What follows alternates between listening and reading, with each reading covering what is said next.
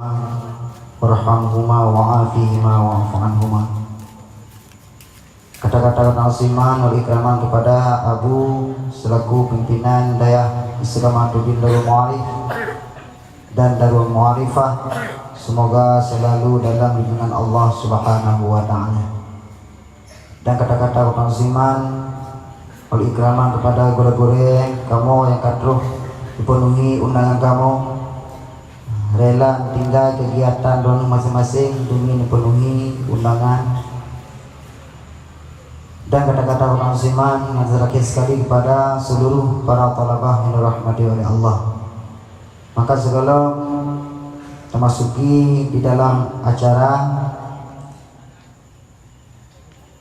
Jinau akan disebut gure-gure ayahanda kitanya yang akan menjadi juri finalis pidato. Juri isi kamu percayakan kepada guru kamu Tunku Iskandar Burnun. Juri bahasa kamu percayakan kepada guru kamu Tunku Ahmadah. Juri kelancaran kamu percayakan kepada Tunku Miswar Ulegi. Juri saja kamu percayakan kepada guru kamu Tunku Armia. Juri ada kamu percayakan kepada guru kamu Tunku Usman Syukur. Juri lampu kamu percayakan kepada guru kamu Tunku Raja dari Kota Fajar. Protokol yaitu Tunku Samsul Kahar dari Nengi. Maka dengan berakhirnya pengumuman juri, maka katanya akan termasuki di dalam acara. Dan doa akhiri wabillahi taufiq wal hidayah. Assalamualaikum warahmatullahi wabarakatuh.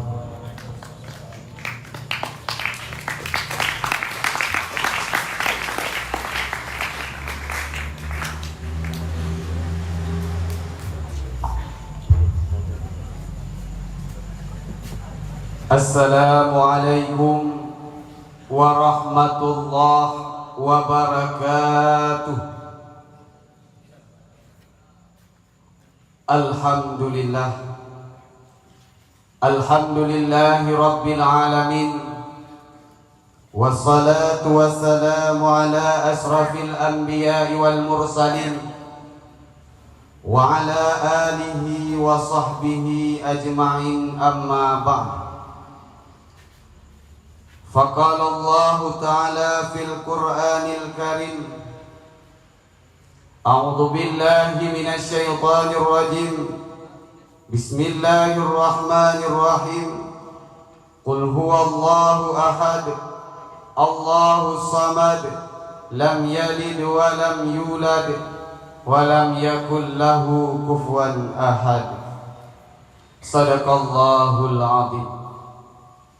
Pertama-tama, marilah sama-sama kita panjatkan puji beserta syukur kehadirat Allah Subhanahu wa taala, yang mana oleh Allah hingga saat ini masih melimpahkan beberapa karunia nikmatnya, salah satunya nikmat iman dan nikmat Islam. Dikarenakan dengan ada dua nikmat tersebut, hingga saat ini kita masih bisa berkumpul di tempat yang sangat mulia ini.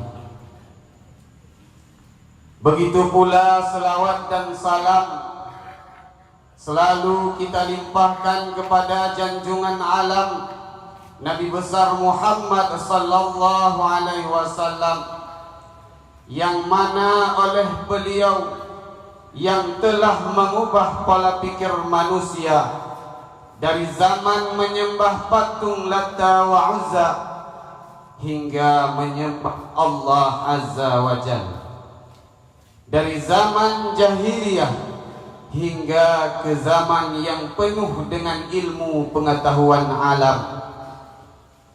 Begitu pula kepada keluarga dan sahabat beliau yang ikut serta di dalam menegakkan kalimatul haq, yakni kalimah la ilaha illallah Muhammadur Rasulullah. Dan restu kami bersama kepada para alim ulama, baik itu ulama mutakaddimin mutaakhirin maupun ulama akhiruz zaman. Kami manusia biasa tidak lupa mengaturkan kata-kata kemuliaan yang kami muliakan Abu almarhum beserta Umi almarhumah yang ada di Kubah. Hanya doa yang dapat kita panjatkan, Allahumma ghafir lahuma warhamhuma wa'afihima wa'afu anhuma. Amin amin ya rabbal alamin. Ta'zim wal ikraman kami kepada Abu selaku pucuk pimpinan Dayah Istiqamatuddin Darul Mu'arif beserta keluarga. Ta'zim wal ikraman kami kepada Abu selaku pucuk pimpinan Dayah Istiqamatuddin Darul Mu'arifah beserta keluarga. Begitu pula penghormatan kami kepada para dewan-dewan juri yang telah berhadir di tempat. Begitu pula penghormatan kami kepada Ketua Panitia Muhadarah beserta Qiraatul Kutub. Begitu pula penghormatan kami kepada seluruh dewan guru yang masih bernaung di bawah Panji Dayah Istiqamatuddin Darul Mu'arif. Juga yang kami bangga-banggakan, para hadirin sidang pendengar yang dimuliakan oleh Allah. Baiklah, untuk memberkati acara, kita akan memanggilkan seorang qari yang akan melantunkan ayat suci Al-Quran. Kami panggilkan kepada Tunku Ali Marduson dari Abdiyah. Kepada Tunku Ali Marduson dari Abdiyah, tempat dan waktu kami persilahkan dengan segala hormat.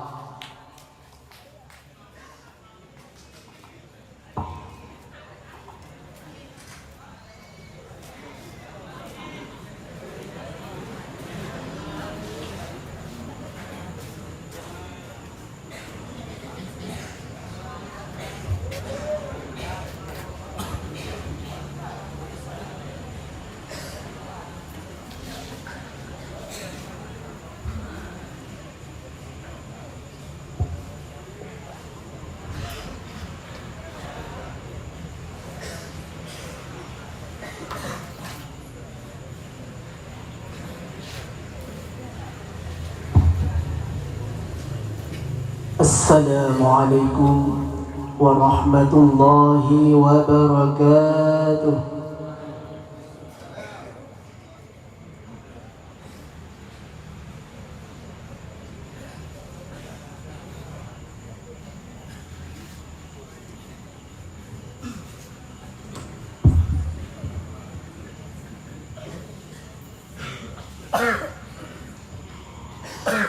أعوذ بالله من الشيطان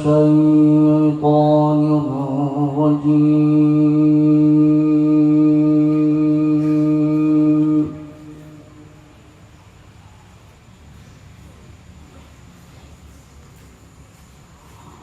بسم الله الرحمن الرحيم.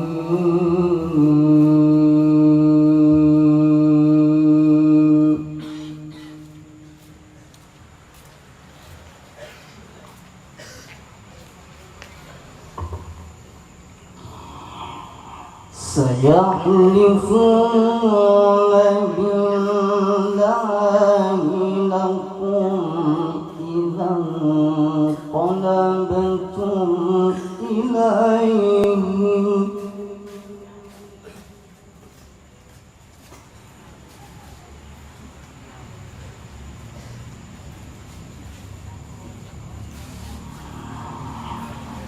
سيحلفون بالله لكم إذا انقلبتم إليهم لتعرضوا عنهم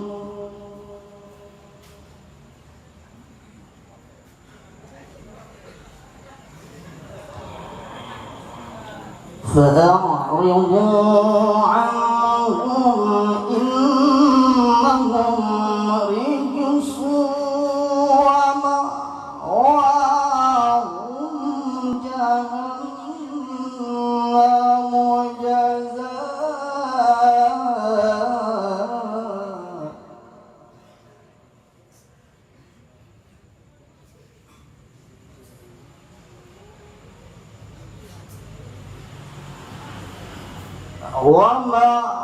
ومأواهم جهنم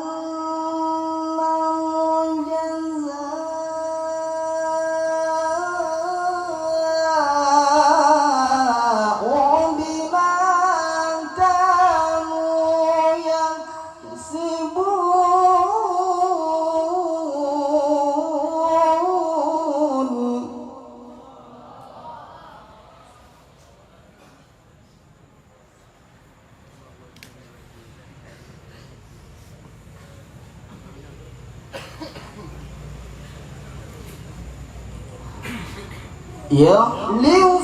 يحلفون لكم لترضوا عنهم فإن ترضوا عنهم فإن الله لا يرضى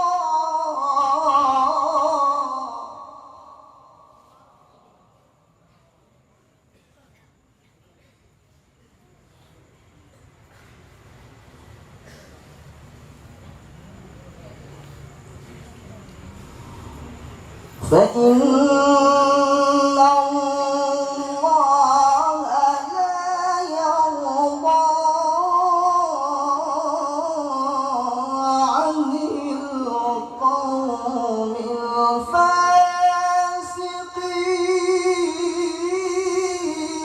الفاسقين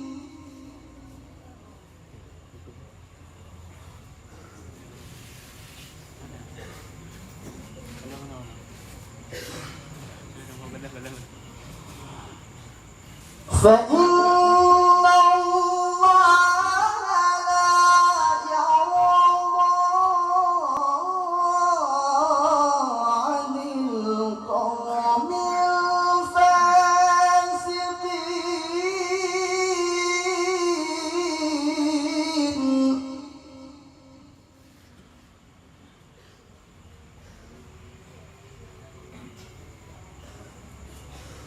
الفاسقين فإن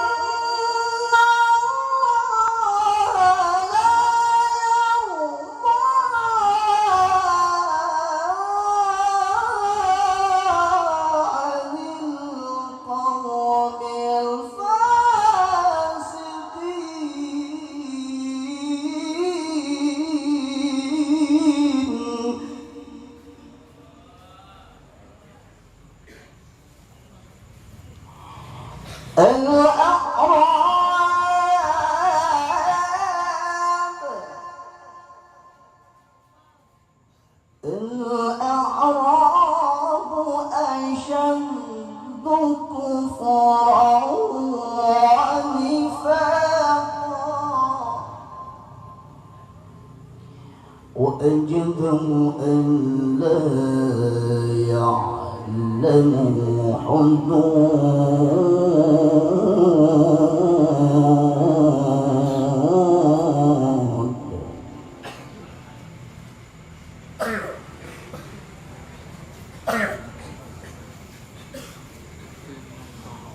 لا يعلم حدود ما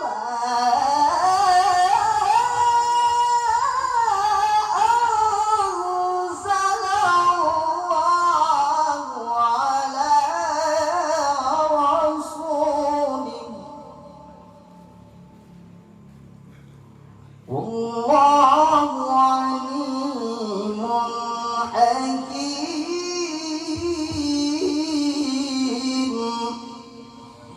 ما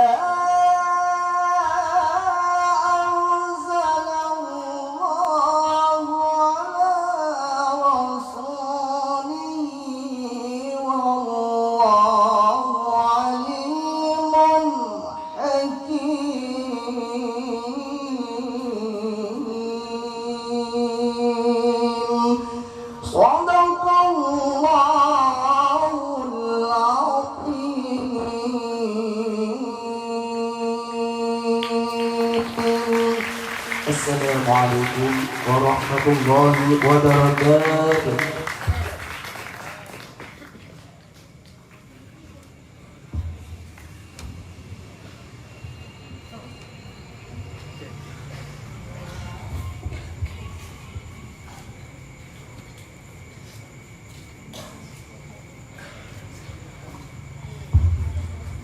Terima kasih kepada Tengku Ali Marduson dari Abdiyah yang telah membacakan lantunan ayat suci Al-Quran.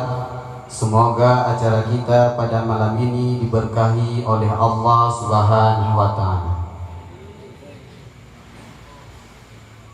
Untuk acara yang selanjutnya, serah terima piala bergilir dari juara bertahan ke panitia muhadarah tahun 1444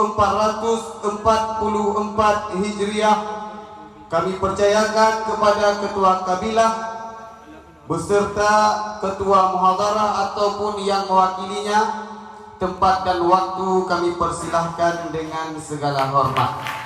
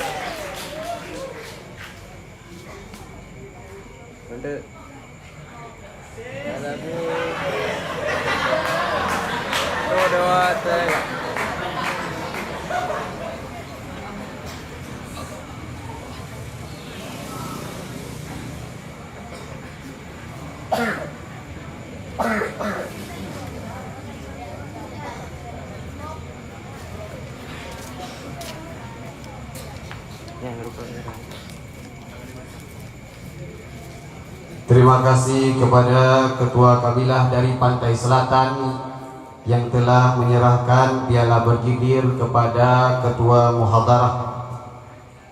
Untuk yang selanjutnya, kata-kata sambutan dan pengarahan dari panitia muhadarah tahun 1440 Hijriah yang akan disampaikan oleh ketua muhadarah maupun yang mewakilinya. Kepada gure tempat dan waktu kami persilahkan dengan segala hormat.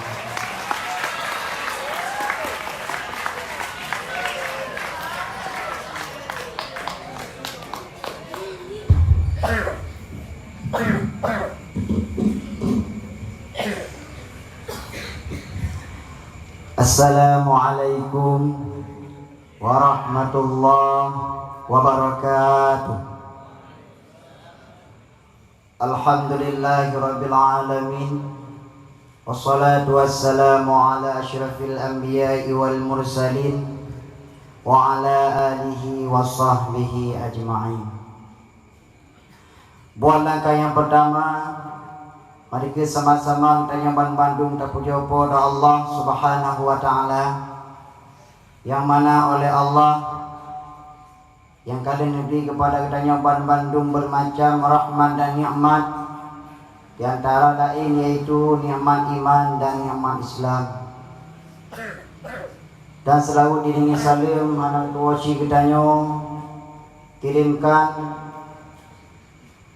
ke siro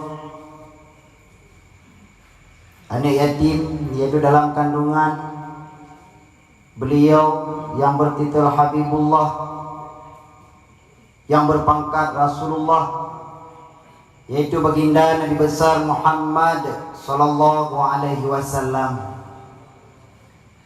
Dan salam aidan kepada para sahabat beliau sekalian dan kepada para alim ulama, tabi'in dan tabi'in, ulama mutaqaddimin dan ulama mutaakhirin yang mu'tabar di sisi Allah Subhanahu wa taala. Kata-kata aziman wal ikraman, dan yang paling mulia Abu almarhum beserta almarhumah Umi di Kubah.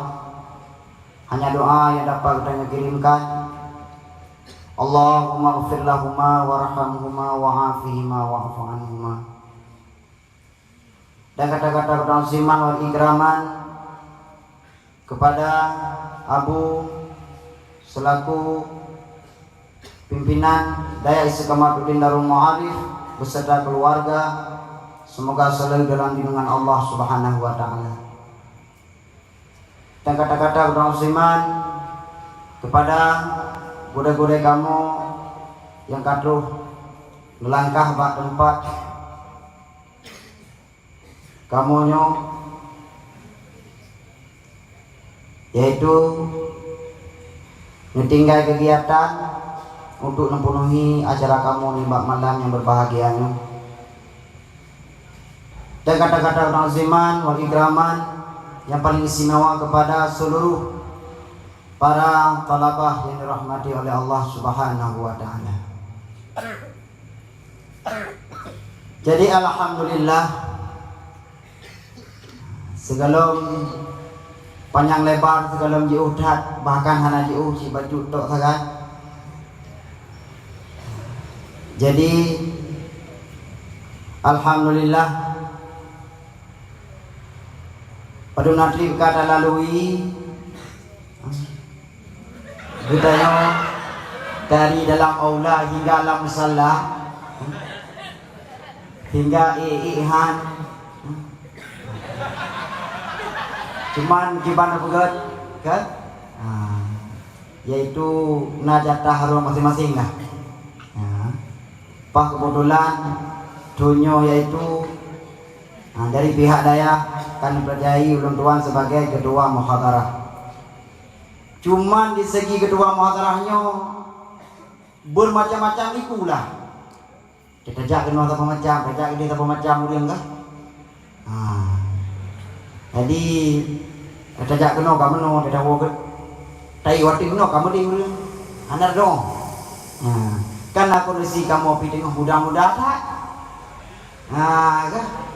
Mantau suhana mutu naga. Kan?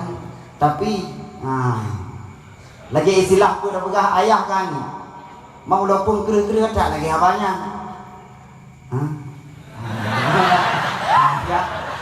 Jadi mesti ayah mesti ngebikan dia berpesahong.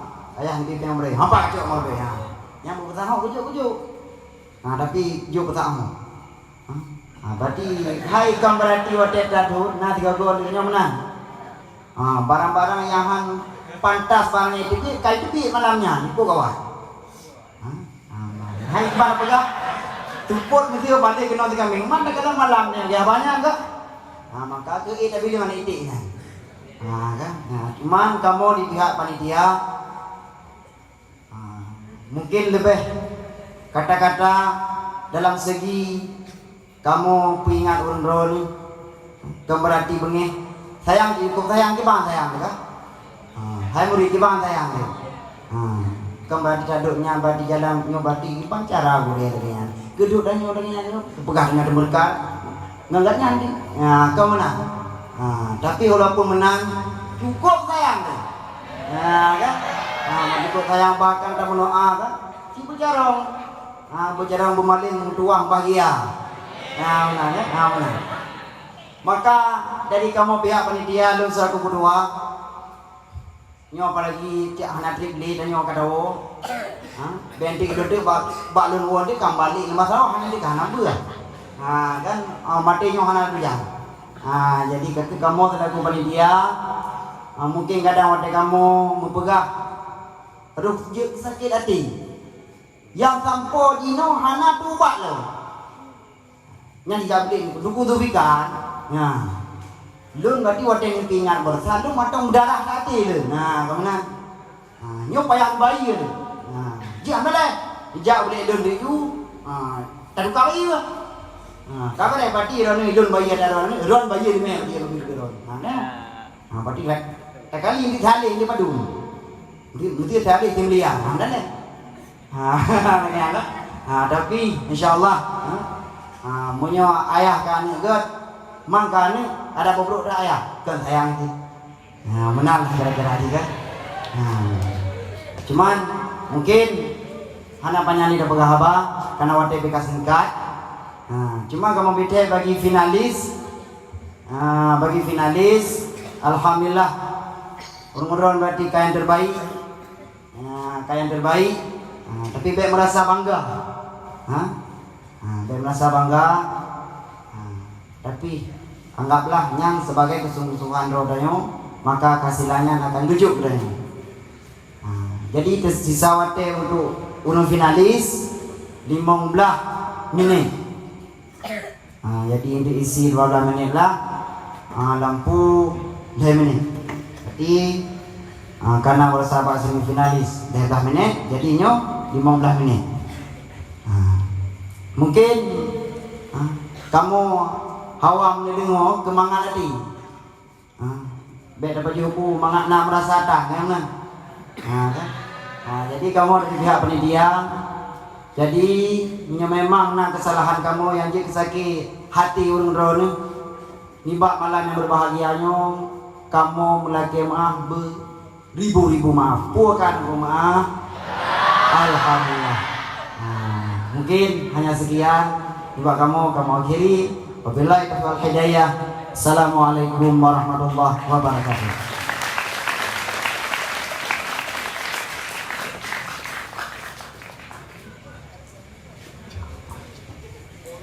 Terima kasih kepada Tengku Zulfikar dari Kota Binjai.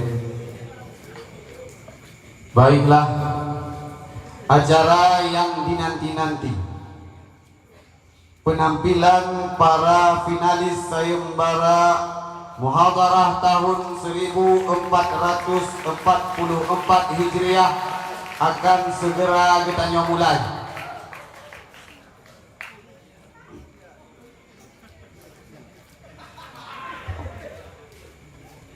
Maka segala kita tahu para peserta semifinal atau para peserta finalis, maka terlebih dahulu kita tanya kepada para peserta wajiban kasiap mental. Maka para pesertanya yang akan mengobrak abrik mimbar Istiqomatuddin Darul Muarif. Untuk peserta utama, kita panggilkan Tengku yang memegang nomor urut 2. Kepada Tengku, tempat dan waktu kami persilahkan dengan segala hormat.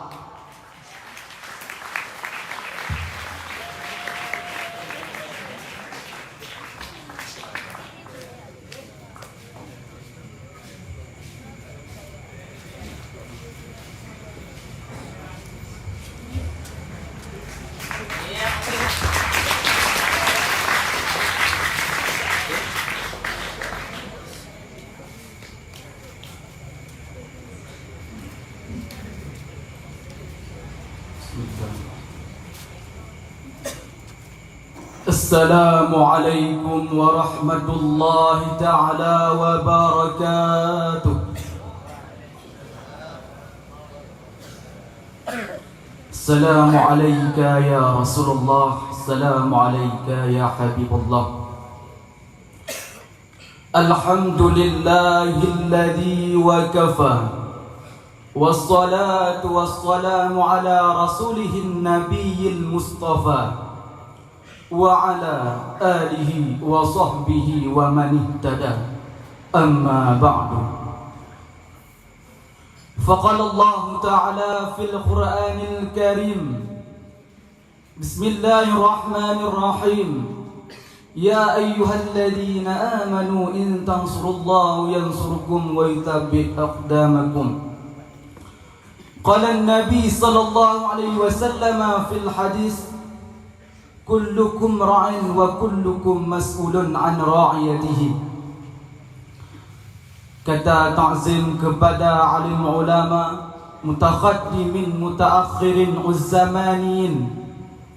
Kata ta'zim kepada Abu almarhum, Umi almarhumah, Abi dan Abu Mahdi yang ada di Kubah. Doa yang dapat kita kirimkan, Allahumma ghfir lahum warhamhum wa'afihim wa'fu anhum. Kata kemuliaan kepada ayahanda kita bersama Abu Pimpinan Dayah Darul Ma'arif dan Dayah Darul Ma'arifah beserta keluarga. Semoga limpahan rahmat menyertai beliau. Kata-kata kehormatan kepada seluruh dewan guru merangkap dewan juri pada malam yang berbahagia ini. Dan kata-kata kecintaan kepada seluruh thalabah sekalian. Baiklah, bila kita melihat dengan bola mata dunia, seberapa banyak penjabat di dunia dan seberapa banyak pemimpin di Indonesia, apakah mereka menghukum dengan hukum Allah ataupun mereka menghukum dengan jalan syaitan laknatillah? Maju dan mundurnya suatu negara itu tergantung terhadap kepemimpinannya. Jika suatu negara pemimpinnya adil dan bijaksana, maka kita sebagai warga Indonesia akan merasakan yang namanya makmur sentosa. Tetapi bila suatu pemimpin tidak adil dan tidak bijaksana, maka kita sebagai warga Indonesia tidak dapat merasakan yang namanya makmur sejahtera. Maka pada kesempatan kali ini, izinkan kami menyampaikan satu carahan yang berorientasikan pemimpin bijaksana dirindukan masyarakat Indonesia. Hadirin sidang thalabah yang dirahmati oleh Allah, pemimpin bijaksana merupakan pemimpin yang berhati mulia, namun tetap istiqamah dalam beragama. Jiwa dan mentalnya bagaikan singa di hutan rimba yang tak pernah gentar terhadap lawannya.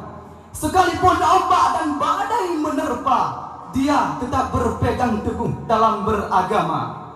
Pemimpin yang memiliki sifat amanah serta tidak serakah, kendali emosinya selalu diasah dan tak pernah berkeluh kesah.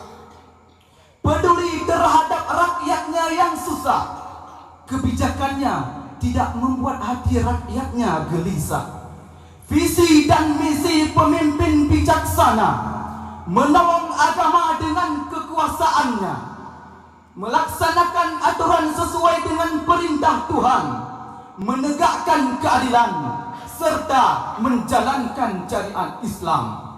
Maka pemimpin harus rela berkorban untuk agama Islam dan siap menanggung beban dengan penuh penderitaan. Walaupun nyawa di ujung pedang, jangan pernah gentar dan goyang, karena kita berada di bawah naungan Tuhan. Yakin dan percayalah, orang-orang yang mau menolong agama Allah, Allah akan menolong orang tersebut. Sebagaimana janji Allah dalam Al-Quran, Bismillahirrahmanirrahim. Ya ayyuhalladzina amanu in tansurullaha yansurkum wa yuthabbit aqdamakum. Wahai orang-orang yang beriman, kata Allah, jika kalian menolong agama Allah, niscaya Allah akan menolong kalian, dan Allah pula yang menetapkan kedudukan kalian. Hadirin yang mulia, rasanya tidak adil bila orang diberi lidah cuma mampu berzikir. Bagaimana dengan orang yang diberikan kekuasaan? Manalah mungkin seekor gajah akan dianggap sama melakukan perbuatan dengan seekor semut? Tentu tidak, wahai saudara. Semakin besar rahmat dan nikmat Allah curahkan, semakin besar pula tuntutan Allah pada diri kita.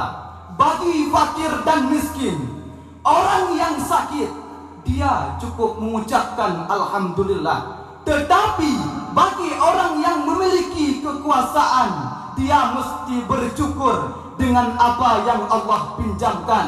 Kekuasaan yang engkau miliki bukanlah suatu kemuliaan, melainkan satu titipan dan ujian. Kekuasaan yang engkau miliki bukanlah suatu hadiah, melainkan satu tanggung jawab dan amanah. Sebesar apa kekuasaan yang kita miliki, sebesar itu pula tanggung jawab yang akan kita hadapi. Sebagaimana sabda Rasulullah sallallahu alaihi wasallam fil hadis, kullukum ra'in wa kullukum mas'ulun an ra'iyatihi. Tiap-tiap kamu adalah pemimpin, dan tiap-tiap pemimpin akan dipertanggungjawabkan apa yang sudah ia pimpin.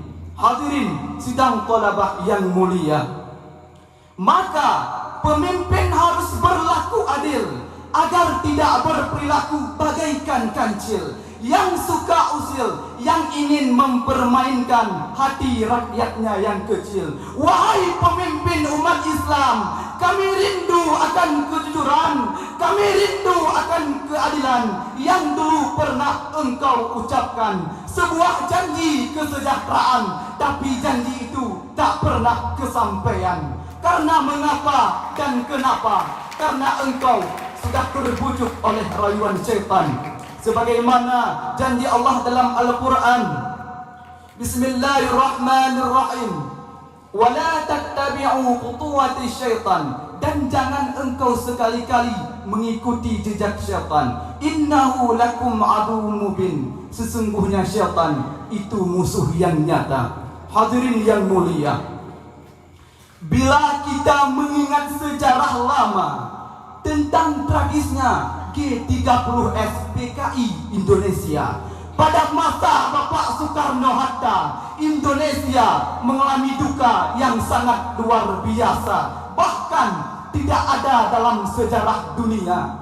1974, tanah air yang kucinta berumur 29 tahun, waktu yang muda bagi berdirinya sebuah negara. Lambang Garuda, dasarnya Pancasila. Undang-Undang 45 merajut banyak peristiwa.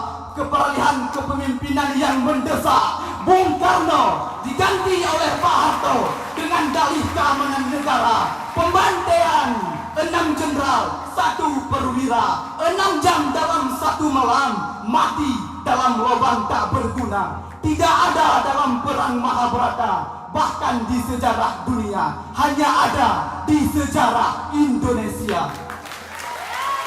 Kami bangga kepadamu pahlawan yang gagah berani dalam berjuang. Revolusi tergaung hingga ke awan, siap mati bukan sebagai pecundang. Negara pun bangga kepadamu pahlawan yang tak pernah gentar oleh segala ancaman. Meskipun komunis PKI menuntut keadilan, kesatuan dan persatuanmu tetap dipertahankan. Inilah kisah yang disampaikan oleh seorang petani Bojong Sari yang menghidupi mimpi dengan padi yang ditanam sendiri.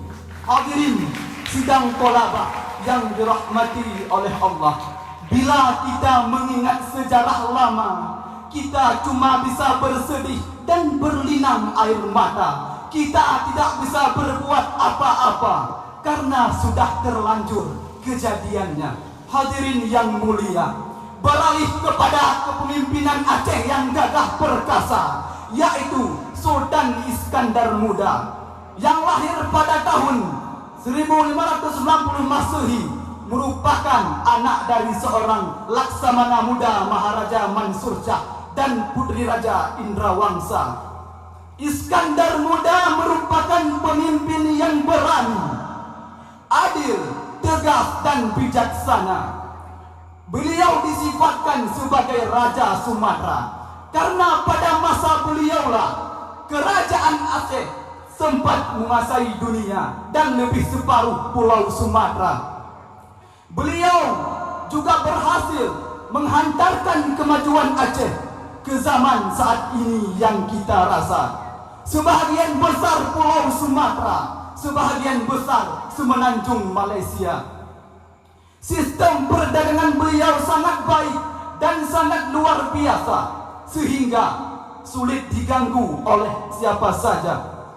Sebagaimana firman Allah dalam surah Al-Qasas potongan ayat 26 yang berbunyi, Bismillahirrahmanirrahim.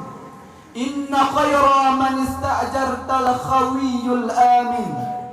Sesungguhnya orang yang paling baik engkau tugaskan ialah dia yang kuat lagi terpercaya.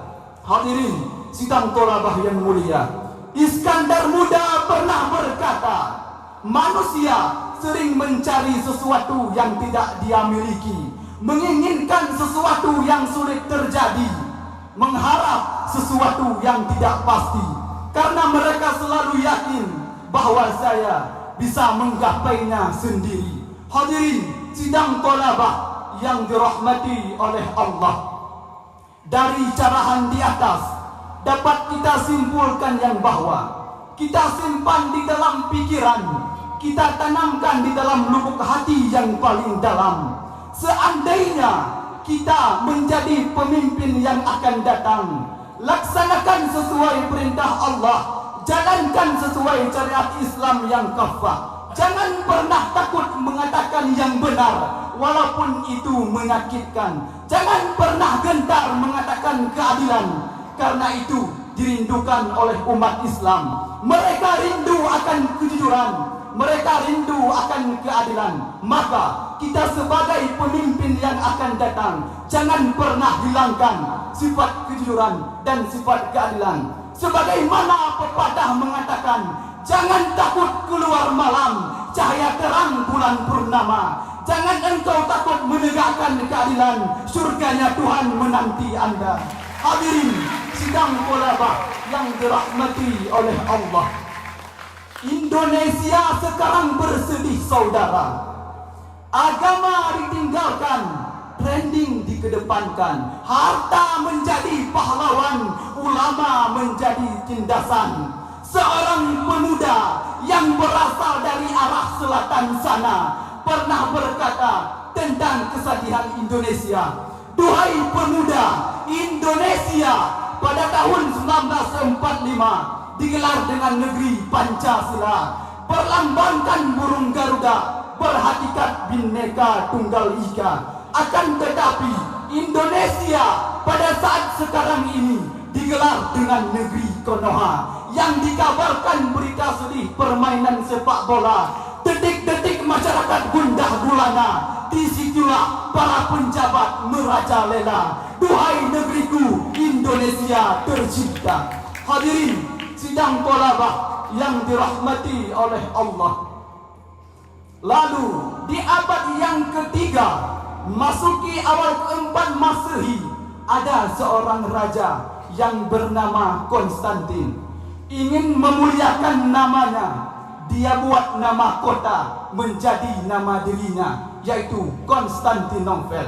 Seluruh Eropa dia Kristenkan. Dengan apa dia Kristenkan? Dengan kekuasaan yang ada pada dirinya. Lantas, mengapa kita sebagai orang Islam terlalu yakin dengan kalimat La ilaha illallah Muhammadar Rasulullah, padahal kita tidak pernah berbuat apa-apa untuk agama Allah? Bila kita mata diberi, maka mata yang dipertanyakan. Bila kita diberi telinga, maka telinga yang dipersoalkan. Mungkin hanya ini yang dapat kami sampaikan. Lebih dan kurang kami mohon maaf. Assalamualaikum warahmatullahi ta'ala wabarakatuh.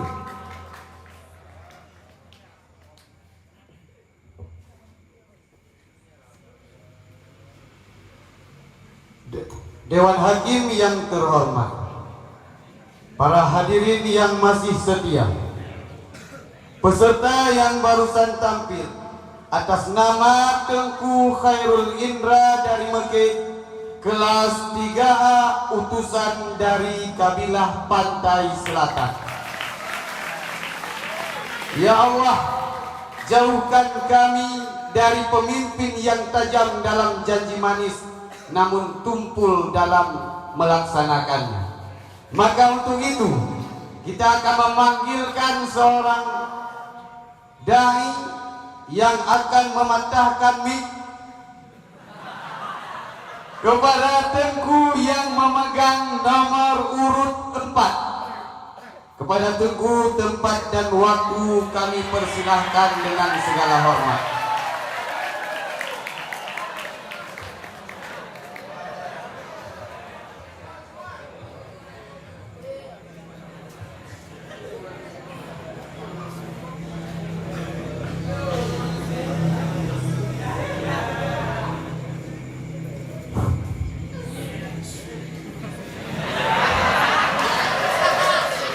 Bismillahirrahmanirrahim. Assalamualaikum warahmatullahi ta'ala wabarakatuh. Alhamdulillah, la hawla wa la quwata illa billah.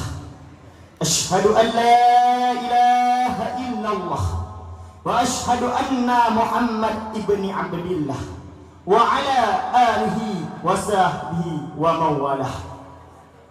Faqala an-nabiy sallallahu alaihi wasallam fil hadis, sayati zamanun ala ummati yufirruna minal ulama'i wal fuqaha.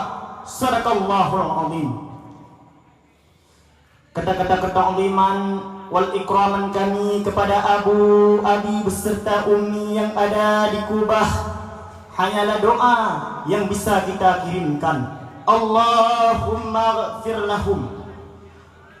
Doa restu kita bersama kepada Abu pucuk pimpinan Dayah Darul Mu'arif dan Darul Mu'arifah beserta Al dan keluarganya, dan tak lupa juga kepada seluruh Dewan Guru, wabil khususnya Dewan Juri yang adil dan bijaksana pada malam yang berbahagia ini. Dan tak lupa juga kepada seluruh talabah yang insya Allah akan menjadi penghuni surganya Allah Subhanahu wa ta'ala. Amin, amin ya rabbal alamin.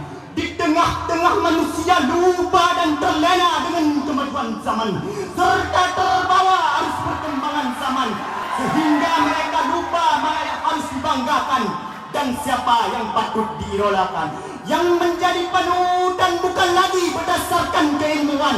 Orang yang beriman dan bertakwa dikesampingkan. Idola yang didamba-dambakan adalah pelaku kemaksiatan yang menjadi musuh dalam selimut, menghunus pedang, menebas cahaya kehidupan.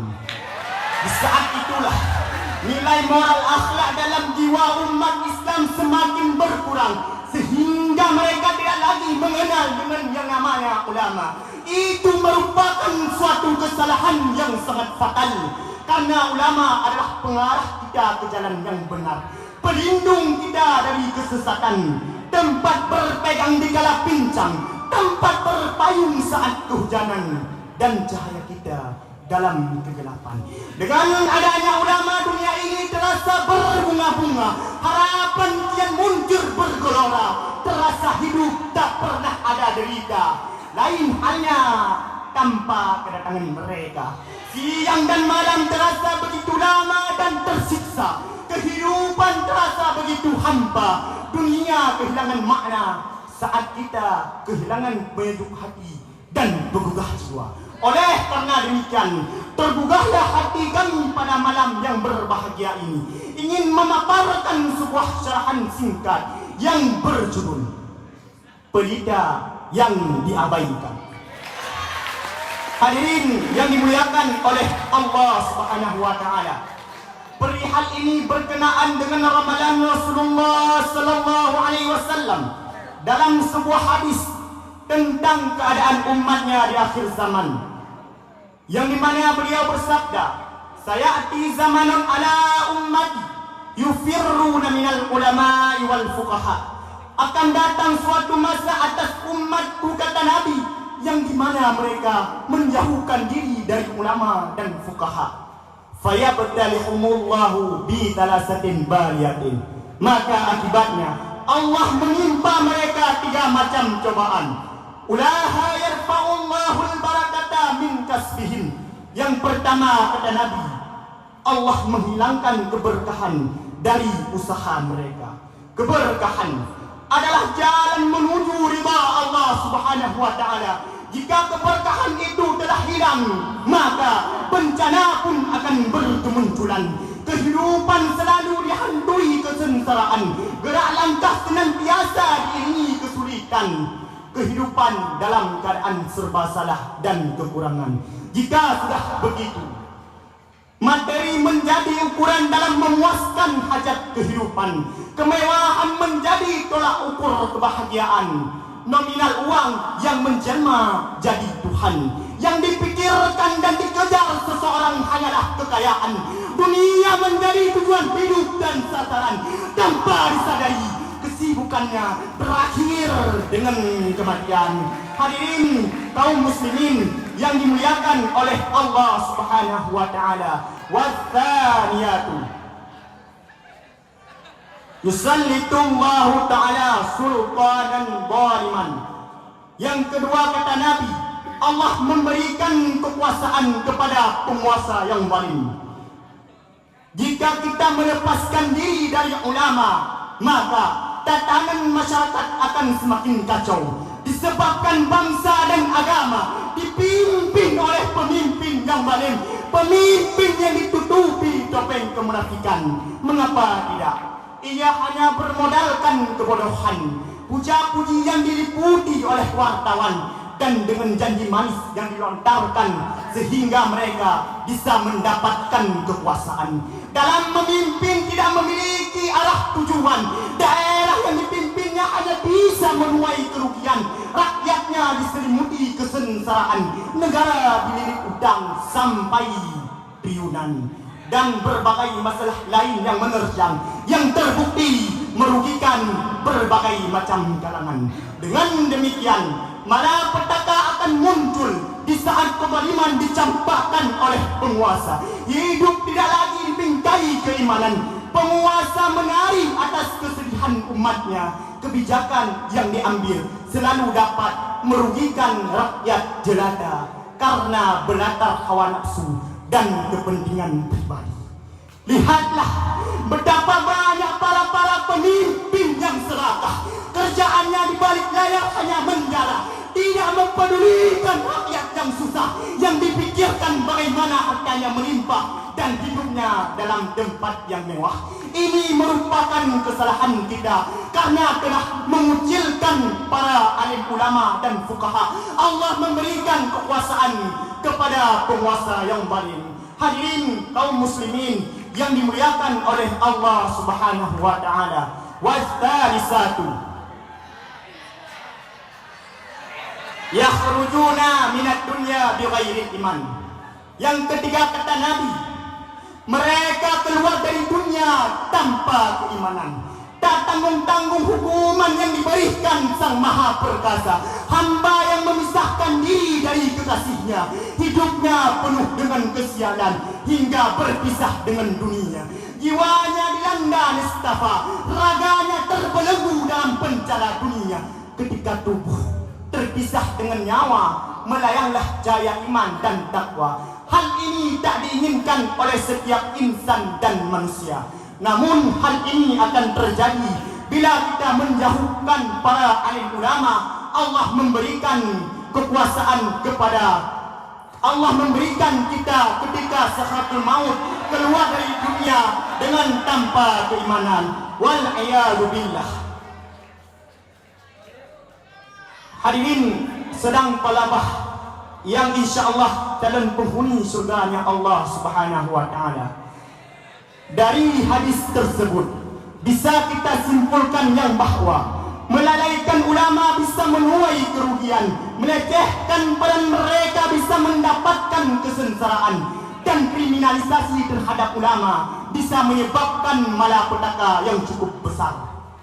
Kalau kita menyaksikan realita kehidupan masyarakat hari ini, kita hanya bisa menggeleng-gelengkan kepala. Mengapa tidak?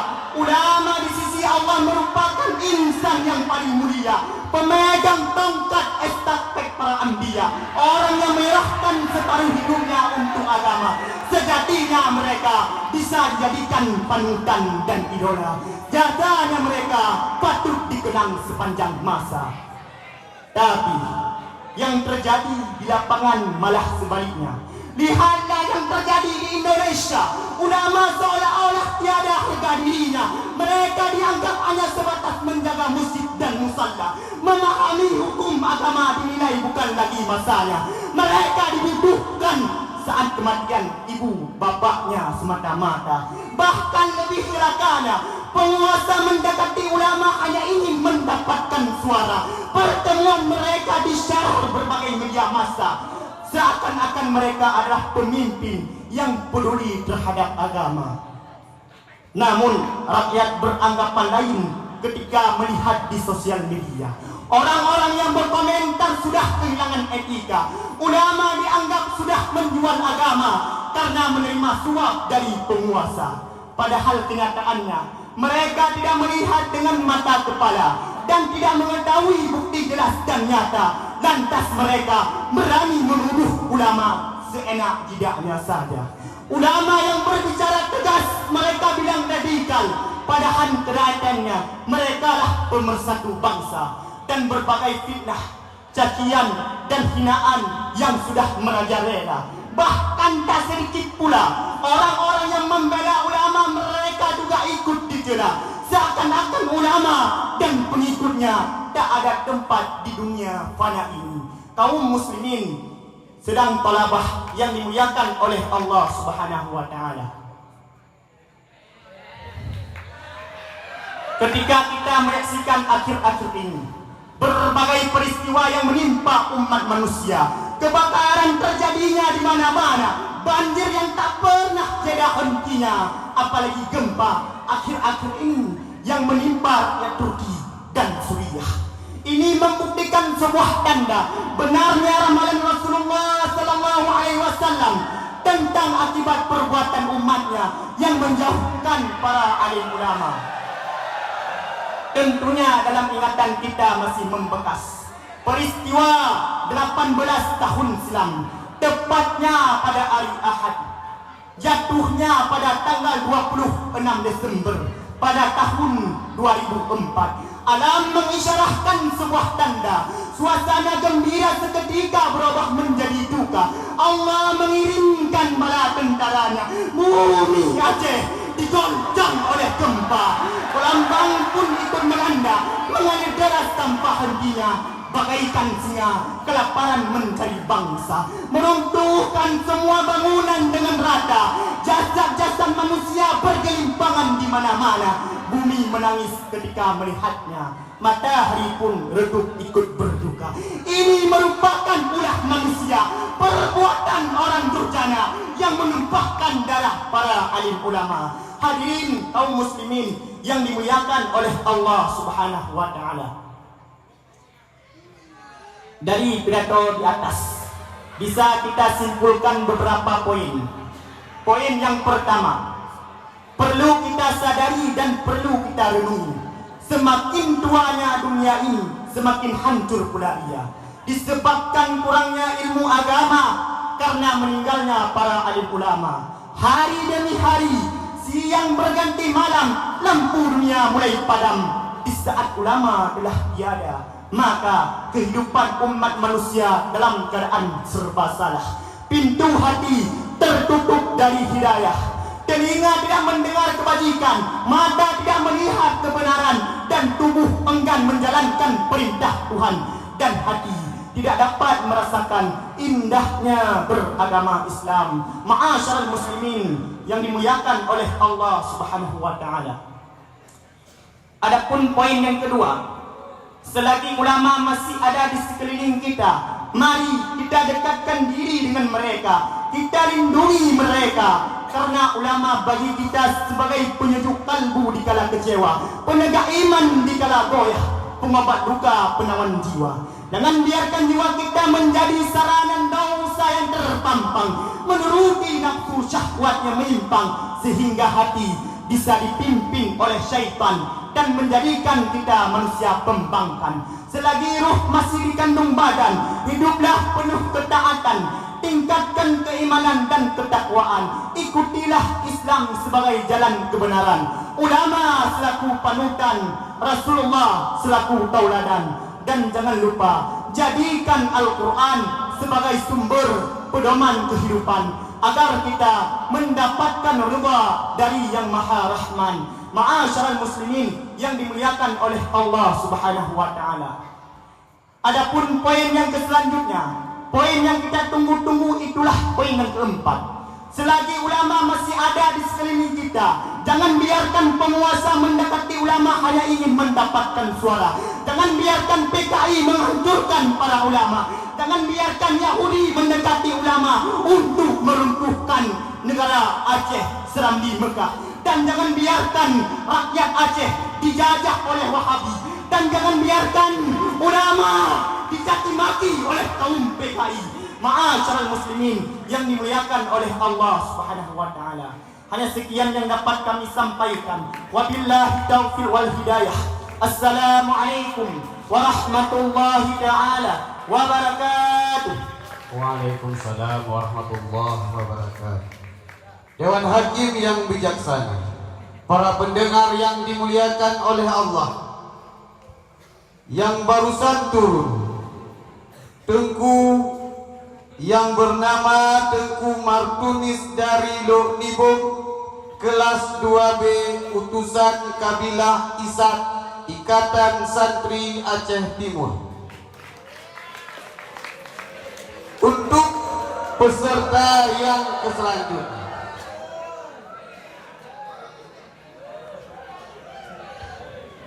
akan kita panggilkan Tengku yang memegang nomor urut 6. Kepada Tengku, tempat dan waktu kami persilahkan dengan segala hormat.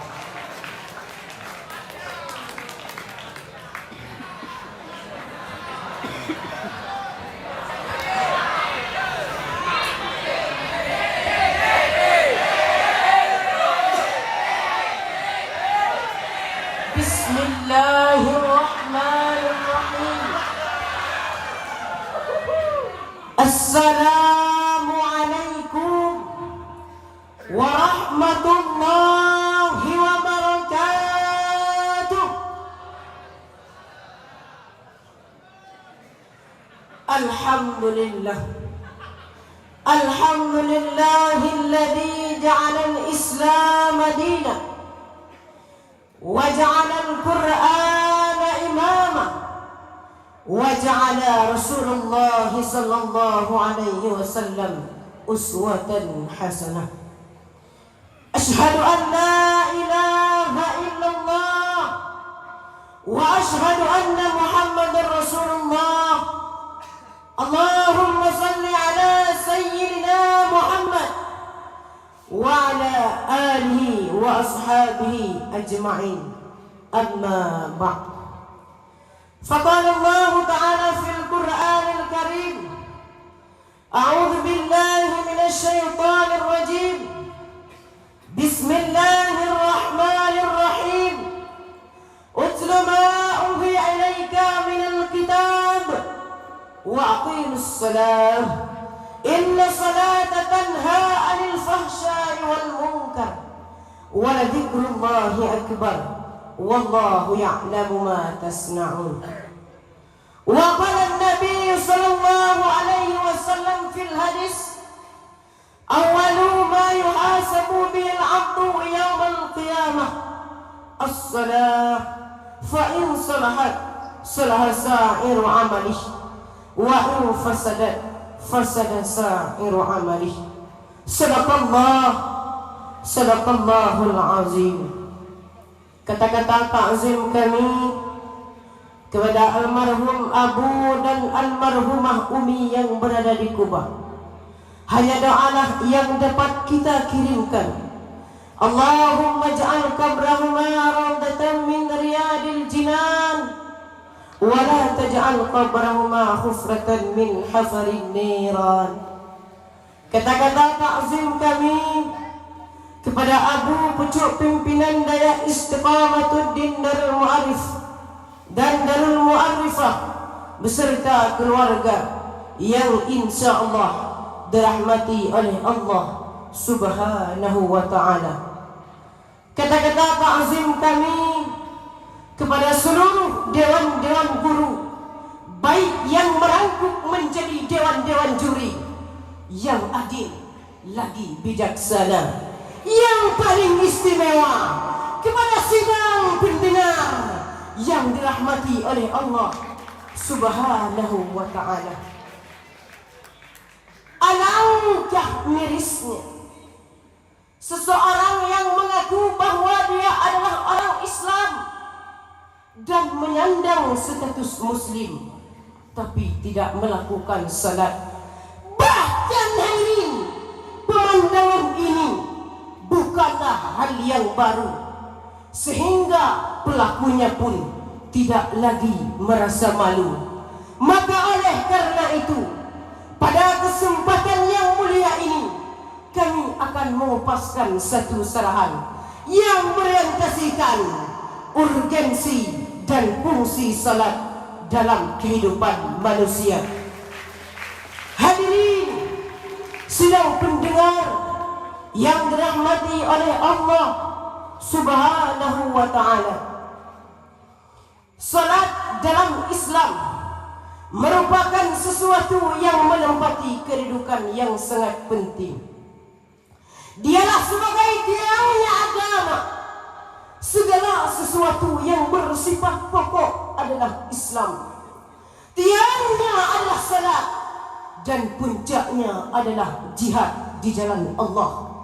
Demikian ungkapan Imam Muslim dalam Sahih Muslimnya. Ungkapan di atas merupakan ultimatum dari Allah yang disampaikan oleh para ulama, bahwasanya salat merupakan suatu kewajiban agamawi yang tidak bisa ditawar-tawar lagi. Sehat ataupun sakit, berjalan ataupun tidak, melihat ataupun buta, tetap harus melaksanakan salat. Namun sayang hadirin, kita tidak bisa merenungkan kehidupan di masa kini. Kita tidak bisa membohongi diri kita sendiri. Masyarakat di sekeliling kita menganggap salat sebagai penghambat usaha, menganggap salat sebagai penghalang urusan dunia, gemar melakukan maksiat dibanding menghadap kiblat, dan melakukan korupsi dibanding mensucikan hati. Inilah hadirin gambaran fenomena kehidupan manusia zaman sekarang yang jauh dari Allah dan tidak melakukan salat. Hadirin sidang pendengar yang dirahmati oleh Allah Subhanahu wa ta'ala, salat ringan diucapkan tapi berat untuk dilakukan, sehingga berapa banyak orang-orang Islam yang masih tidak melakukan salat, padahal perintah melakukan salat sangat tegas Allah sampaikan, dan meninggalnya pun sangat besar azab yang akan diberikan. Namun melakukan salat ini akan menjadi ringan apabila dilakukan dalam keadaan yang benar-benar khusyuk, sebagaimana Allah tegaskan dalam Al-Quran surah Al-Baqarah ayat 45. Bismillahirrahmanirrahim. Wasta'inu bisabri wassalam wa innaha lakabiratun illa 'alal khashi'in. Minta tolonglah kalian dengan sabar dan salat, dan bahawa sesungguhnya salat itu sangat berat kecuali bagi orang-orang yang benar-benar khusyuk. Dewan hakim yang adil dan bijaksana. Di dalam kitab Khasyiatus Sari ala Tafsir Jalalain oleh Syekh Ahmad bin Muhammad As-Sawi Al-Maliki menjelaskan pada ayat illa 'alal khashi'in ini merupakan istisna mufarrah yang mengandung makna nafi. Artinya la tashilu illa 'alal khashi'in. Salat itu tidak mudah kecuali bagi orang-orang yang khusyuk. Hadirin sidang pendengar yang dirahmati oleh Allah Subhanahu wa ta'ala. Lalu timbullah pertanyaan, apakah fungsi salat dalam kehidupan manusia?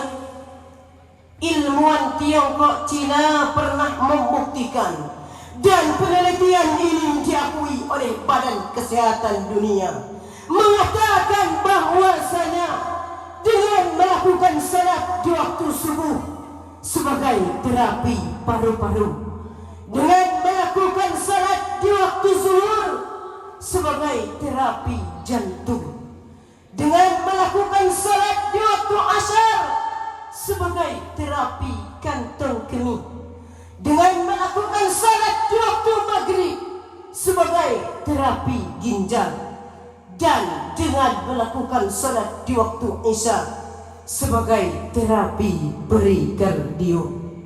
Namun hadirin, hikmah terpenting dan fungsi yang paling pokok dalam melakukan salat adalah salat mampu mencegah dari perbuatan keji dan mungkar.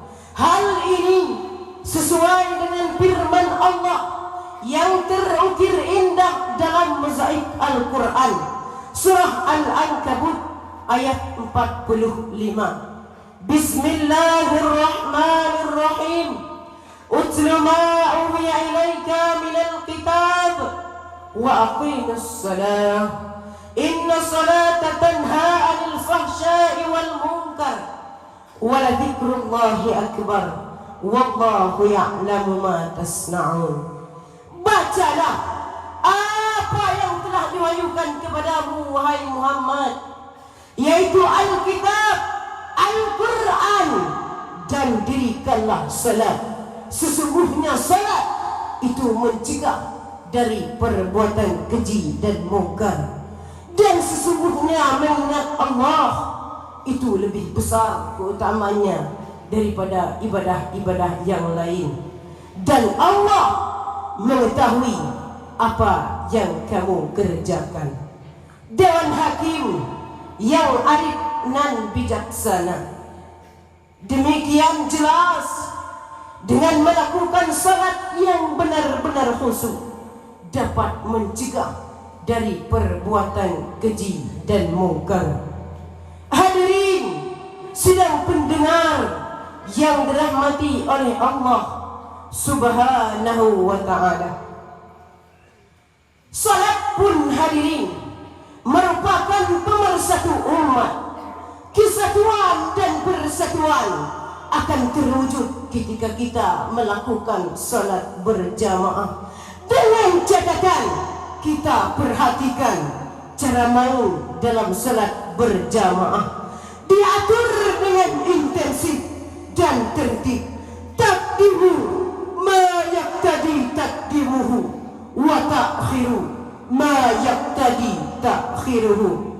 Yang datang duluan maka ia berada di barisan yang paling depan, yang datang belakangan maka ia berada di barisan paling belakang. Boleh jadi kopral datang duluan maka ia berada di barisan paling depan dibandingkan jenderal. Hansip datang duluan maka ia berada di barisan yang paling depan dibandingkan bupati.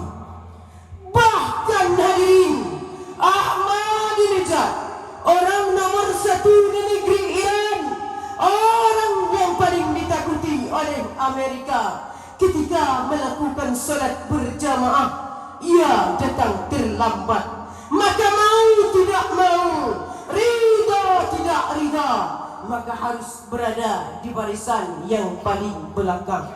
Tidak saling senggol kanan senggol kiri, sikat depan sikat belakang. Merasa ia adalah seorang presiden, maka ia harus berada di barisan yang paling depan.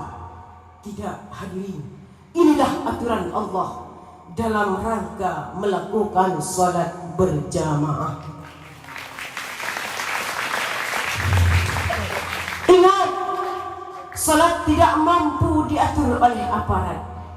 Salat tidak bisa diatur oleh pejabat, bahkan kebenaran, apalagi orang melarat. Hadirin sedang pendengar yang dirahmati oleh Allah Subhanahu wa ta'ala, setelah mendengar uraian di atas, sekiranya ada beberapa intisari yang dapat kita ambil. Di antaranya, salat bagi umat Islam bukan hanya sebuah kewajiban, akan tetapi lebih dari itu, salat merupakan tiangnya agama. Maka berarti siapa yang mendirikan salat, berarti ia telah menegakkan agamanya. Namun siapa yang meninggalkan salat, berarti ia telah meruntuhkan agamanya. Itu yang pertama. Yang kedua, di balik melakukan salat ada hikmah-hikmah yang akan didapatkan, yaitu dengan melakukan salat yang benar-benar khusyuk dapat mencegah dari perbuatan keji dan mungkar. Begitu juga dengan melakukan salat akan terwujudnya persatuan umat, karena dengan melakukan salat terjadinya perkumpulan umat. Hal ini dilihat dari salat berjamaah. Yang uniknya lagi, di dalam salat berjamaah tidak ada kasta antara pejabat dan rakyat, apalagi konglomerat dan orang melarat. Dan juga hadirin, salat adalah amalan yang pertama yang menjadi patokan baik dan buruknya amal-amal yang lain.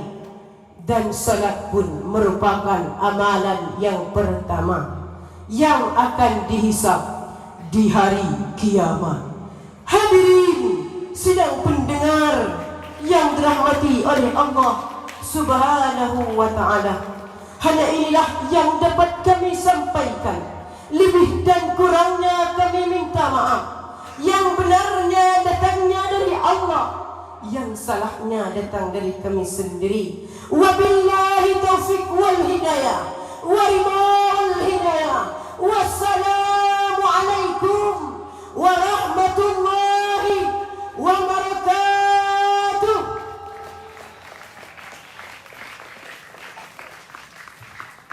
Dewan Hakim yang terhormat, peserta yang barusan turun yang memegang nomor urut 6 atas nama Tengku Muhammad Haikal Saputra dari Jambi, kelas 2A, utusan kabilah Isnu. Untuk yang selanjutnya, kita akan memanggil Tengku yang memegang nomor urut 1. Kepada Tengku, tempat dan waktu kami persilahkan dengan segala hormat.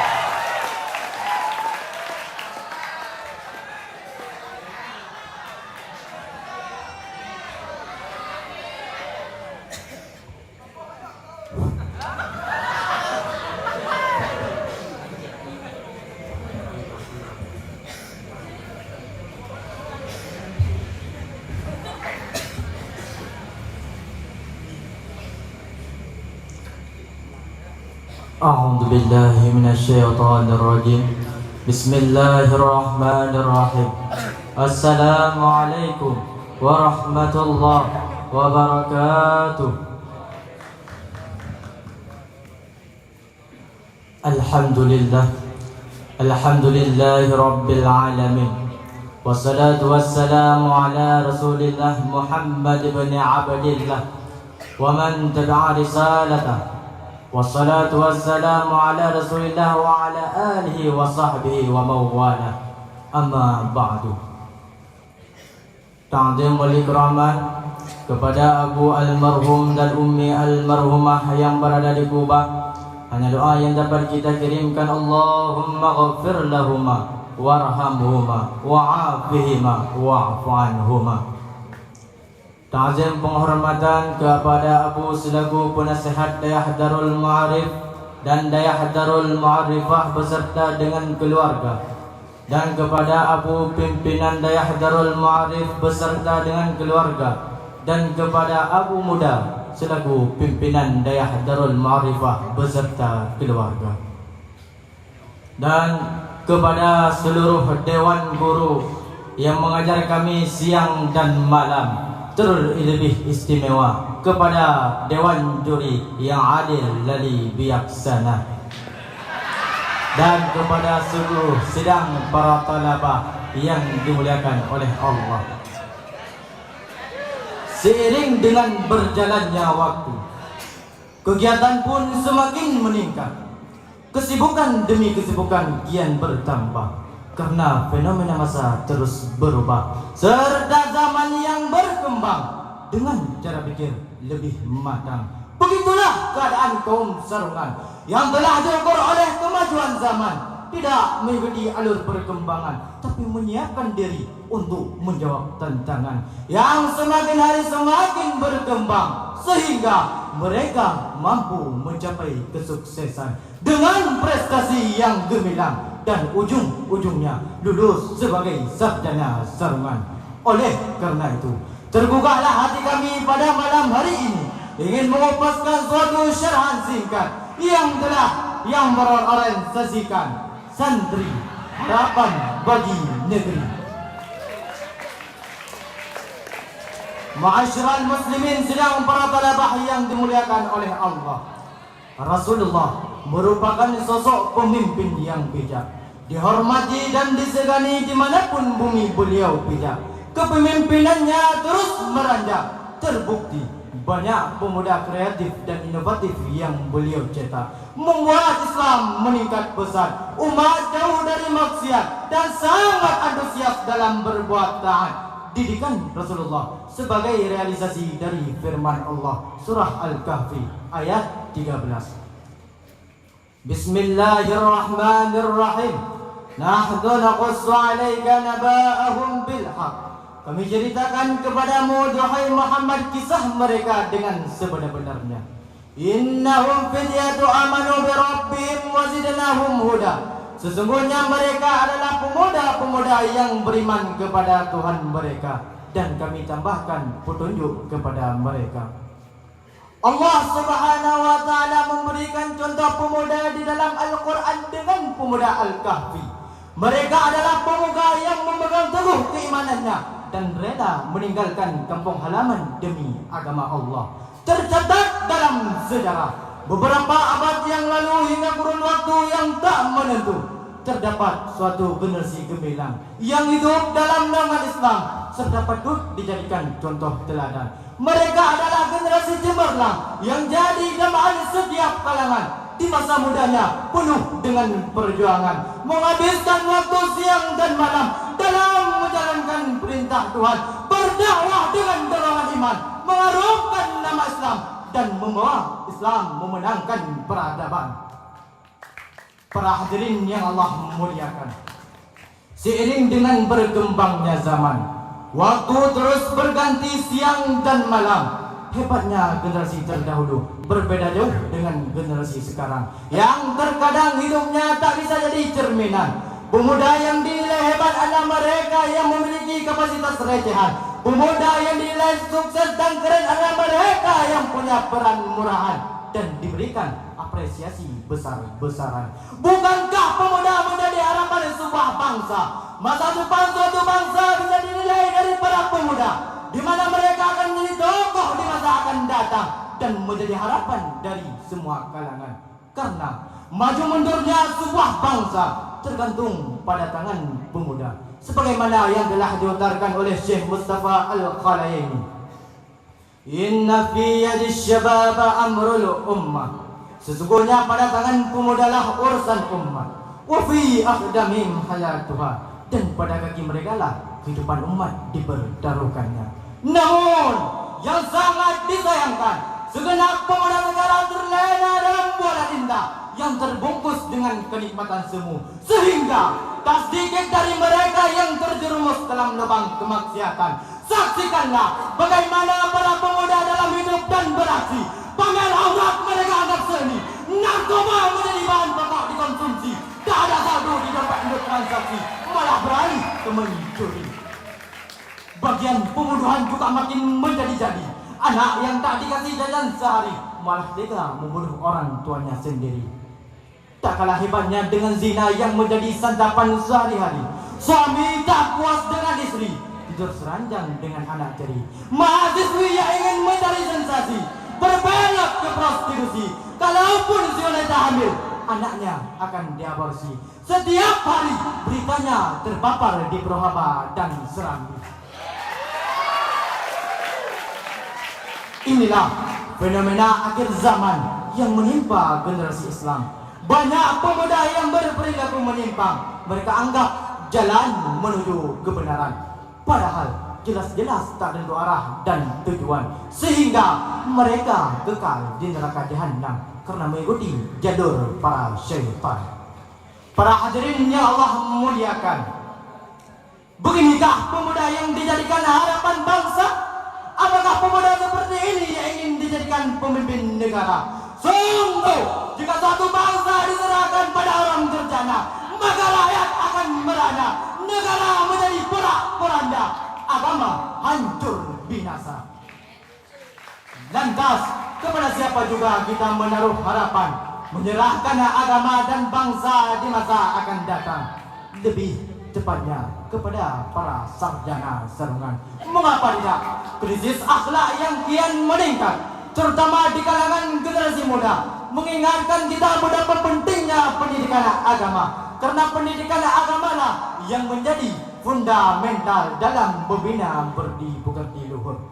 Dan ingatlah, pendidikan ini hanya bisa didapatkan di pondok pesantren ataupun daya.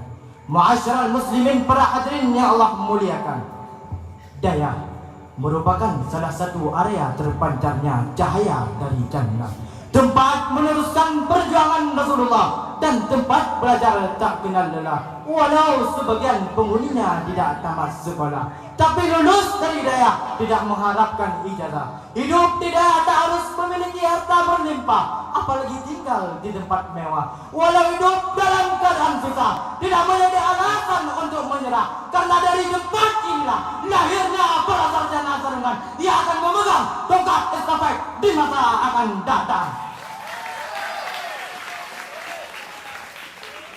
Siapakah mereka? Mereka itulah para santri yang hidupnya berselimut sepi dan terbelenggu di penjara suci. Hatinya terpaut dengan sang ilahi, jiwanya memegang arah sunnah Nabi. Tiada hari yang mereka lewatkan tanpa mengaji. Separuh hidupnya digunakan untuk mengabdi agar mengalir berkah dari Murabbi. Tujuannya hanya untuk meraih ridha ilahi serta mendapatkan syafaat dari Nabi, sehingga mereka mendapatkan surga yang abadi. Sebagaimana Rasulullah menjamin bahwa para santri di dalam surganya Allah lewat hadis yang diriwayatkan oleh Imam Muslim. Man salaka tariqan yaltamisu fihi ilman, barang siapa yang menempuh satu jalan untuk menuntut ilmu, sahlallahu bihi tariqan ilal jannah, maka Allah akan memudahkannya jalan menuju surga. Ketika kita menyaksikan rentetan kisah perjuangan dan kehidupan para santri, maka tak bisa diragukan lagi kualitas para santri untuk memimpin agama dan negeri. Hadirin yang Allah muliakan, terbukti dalam lembaran sejarah. Bangsa Indonesia 13,5 dicekam di dalam belenggu penjajah. Air mata, keringat dan darah dikorbankan demi bangsa dan agama Allah. Sampai-sampai ribuan juhada tewas berkalangan tanah. Hingga akhirnya tepat pada tanggal 22 Oktober 1945 digaungkan resolusi jihad oleh Kiai Hasyim Asy'ari beserta ribuan para santri yang menanamkan rasa cinta pada negeri dengan jiwa yang membara dan semangat yang bergelora. Para santri, pahlawan dan ulama berhasil merebut kembali kehormatan bangsa. Dalam hati kita juga selalu terpatri sosok ulama yang gagah dan berani menegakkan agama Allah sampai ajal menanti. Beliau juga tokoh pelopor aswaja yang sejati, tak gentar melawan Wahabi. Siapapun yang menentang Al-Quran dan Sunnah Nabi, maka rasakan beliau basmi. Siapakah beliau? Itulah Syekhuna Abu Muhammad bin Zamzami. Ma'asyiral muslimin, berbagai realita dan fakta telah terhidangkan, yaitu semua menunjukkan bahwa para santri benar-benar layak dan pantas dijadikan harapan. Namun, di balik kegemilangan para santri, dari berbagai pihak muncul beragam reaksi, mencari kesalahan kesana kemari, mulut berwayang, lidah yang menari. Kehidupan para santri dibicarakan sampai pelosok negeri. Pemberitaan tentang kaum sarungan tak henti-henti. Ramai orang yang memuji, tak sedikit pula orang yang mencaci maki, mengatakan santri tidak bisa beradaptasi, hidupnya kolot dan tak bervariasi, fashionnya hanya sarung dan peci, serta berbagai perkataan dan hinaan yang dilontarkan. Gaya santri norak dan kampungan, bodoh dan tak punya masa depan. Masih banyak lagi tudingan-tudingan yang mereka lontarkan. Percuma kalau dijelaskan. Mereka hanya punya mata tapi tiada penglihatan, punya telinga tiada pendengaran, punya hati tapi tiada perasaan. Karena jiwa mereka telah dipenuhi oleh kebencian dan dendam yang tiada haluan. Kalaupun begitu, semangat perjuangan tetap berkobar dalam jiwa santri. Mereka memang tidak hebat, tidak punya tubuh yang kuat, apalagi memiliki berbagai macam alat. Tapi jika ada tembok yang menghalang, mereka siap mengoncangkan, karena semangat juangnya tak pernah goyang. Santrilah pemegang tongkat estafet di masa akan datang. Kepekaan sayapnya di masyarakat sangat dinanti-nantikan, dan santrilah yang layak dijadikan harapan untuk memimpin agama dan bangsa di masa akan datang. Para hadirin yang Allah memuliakan, yang dapat kita ambil intisari dari syarahan singkat saya di atas ialah, di tengah-tengah manusia yang kehilangan akhlak, maksiat makin merebak, kezaliman terus memuncak, perilaku menyimpang yang selalu bergerak, membuat mental pemuda dari rusak. Tapi tidak dengan para sarjana serungan, karena pada mereka lah umat menaruh harapan, menyerahkan agama dan bangsa di masa akan datang.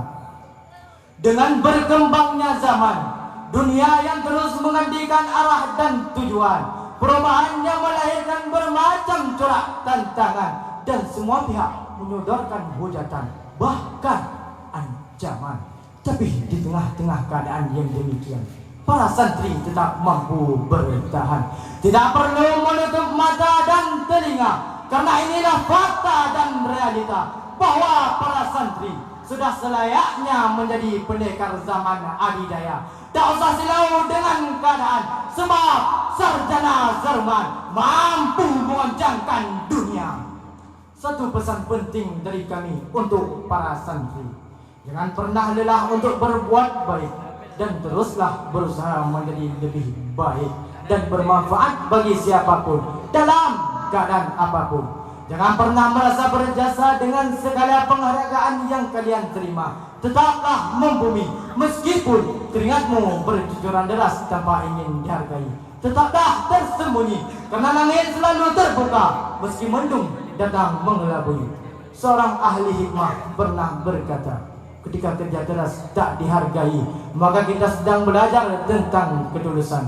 Ketika usaha dinilai tidak penting, maka kita sedang belajar tentang memaafkan. Hadirin yang Allah memuliakan, inilah yang dapat kami sampaikan. Akhirul kalam, hadanallahu wa iyyakum ajma'in. Assalamualaikum warahmatullahi wabarakatuh. Waalaikumsalam warahmatullahi wabarakatuh. Dewan Hakim yang terhormat, peserta yang barusan turun yang memegang nomor urut 1 atas nama Tengku Muhammad Haidar Pateh, kelas 4D berkabilah Isajan. Untuk yang selanjutnya, kita akan memanggilkan Tengku yang memegang nomor urut 5. Kepada Tengku, tempat dan waktu kami persilahkan dengan segala hormat.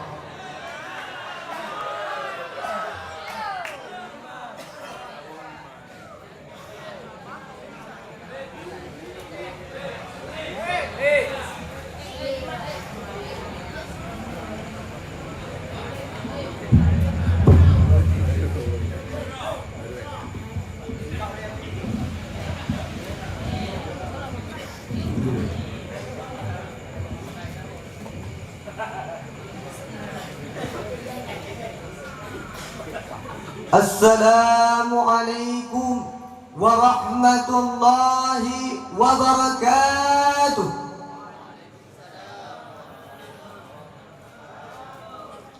Alhamdulillah, alhamdulillahilladzi hadana lihada wa ma kunna linahtadiya laula an hadana Allah.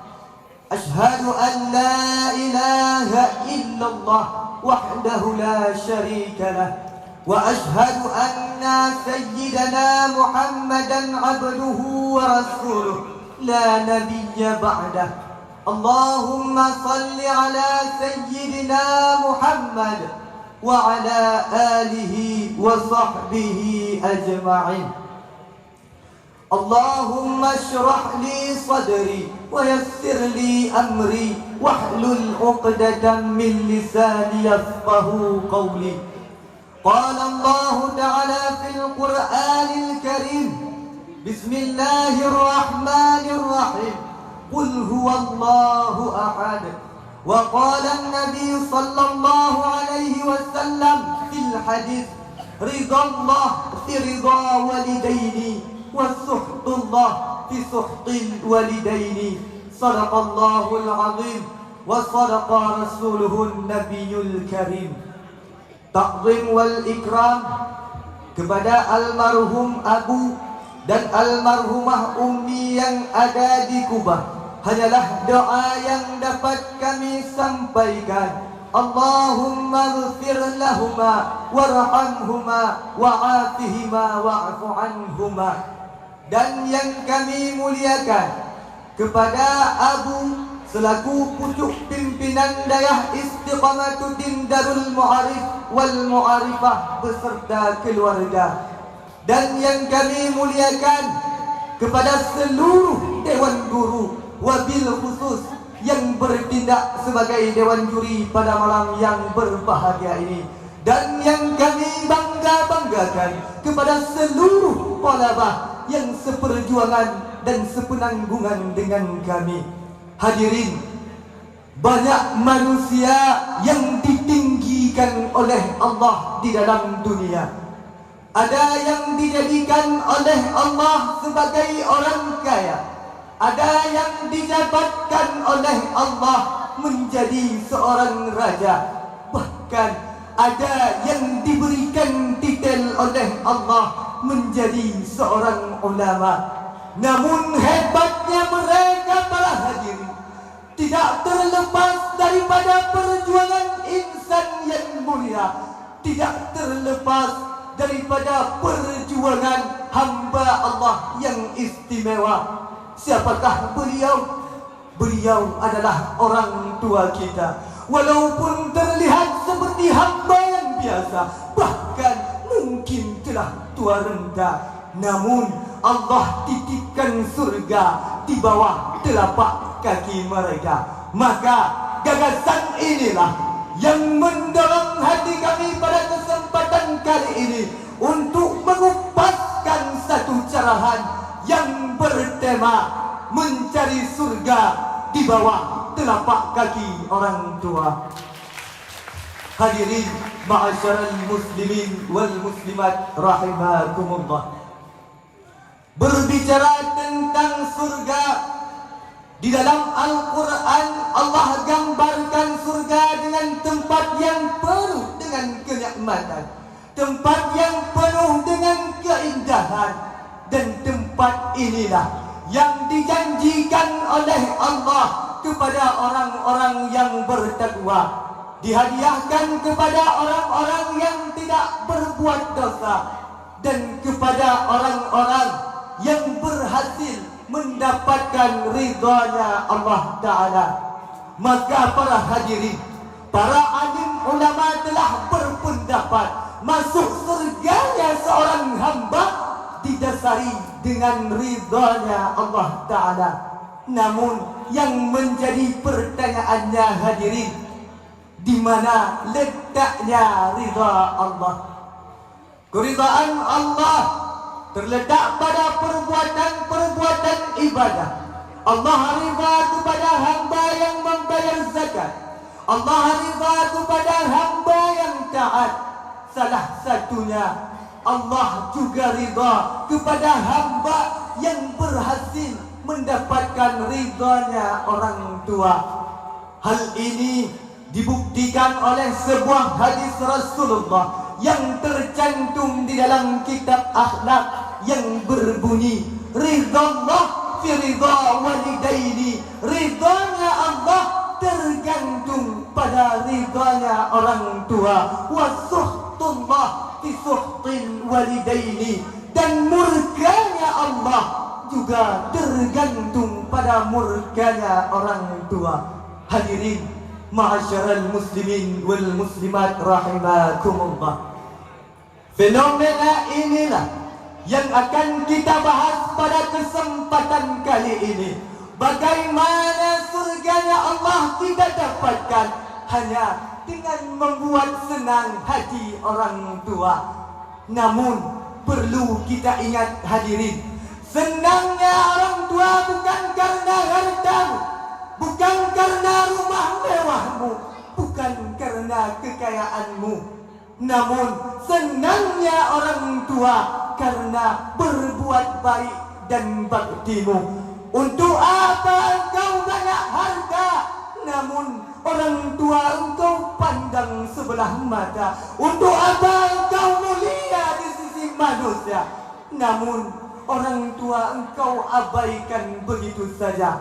Sangat banyak hadirin kejadian-kejadian di dalam dunia yang Allah jadikan iktibar kepada kita tentang betapa hebatnya orang tua. Bagaimana Kan'an Allah tenggelamkan di dalam bencana karena tiada patuh kepada orang tuanya. Al-Qamah Allah tahan nyawanya karena membuat sedih hati orang tuanya.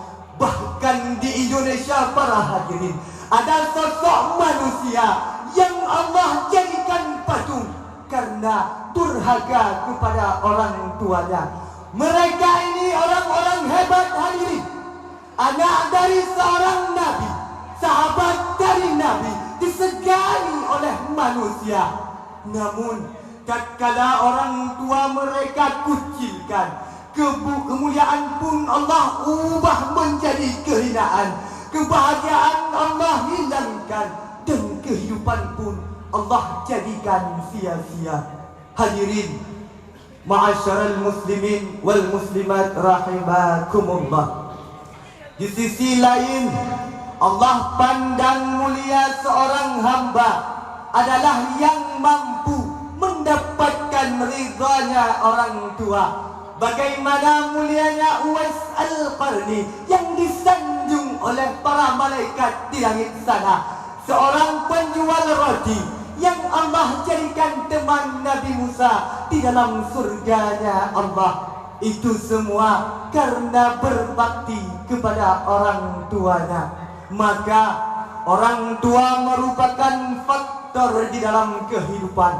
Ketika kita mampu membuat orang tua bahagia, maka kehidupan pun insya Allah akan ikut bahagia.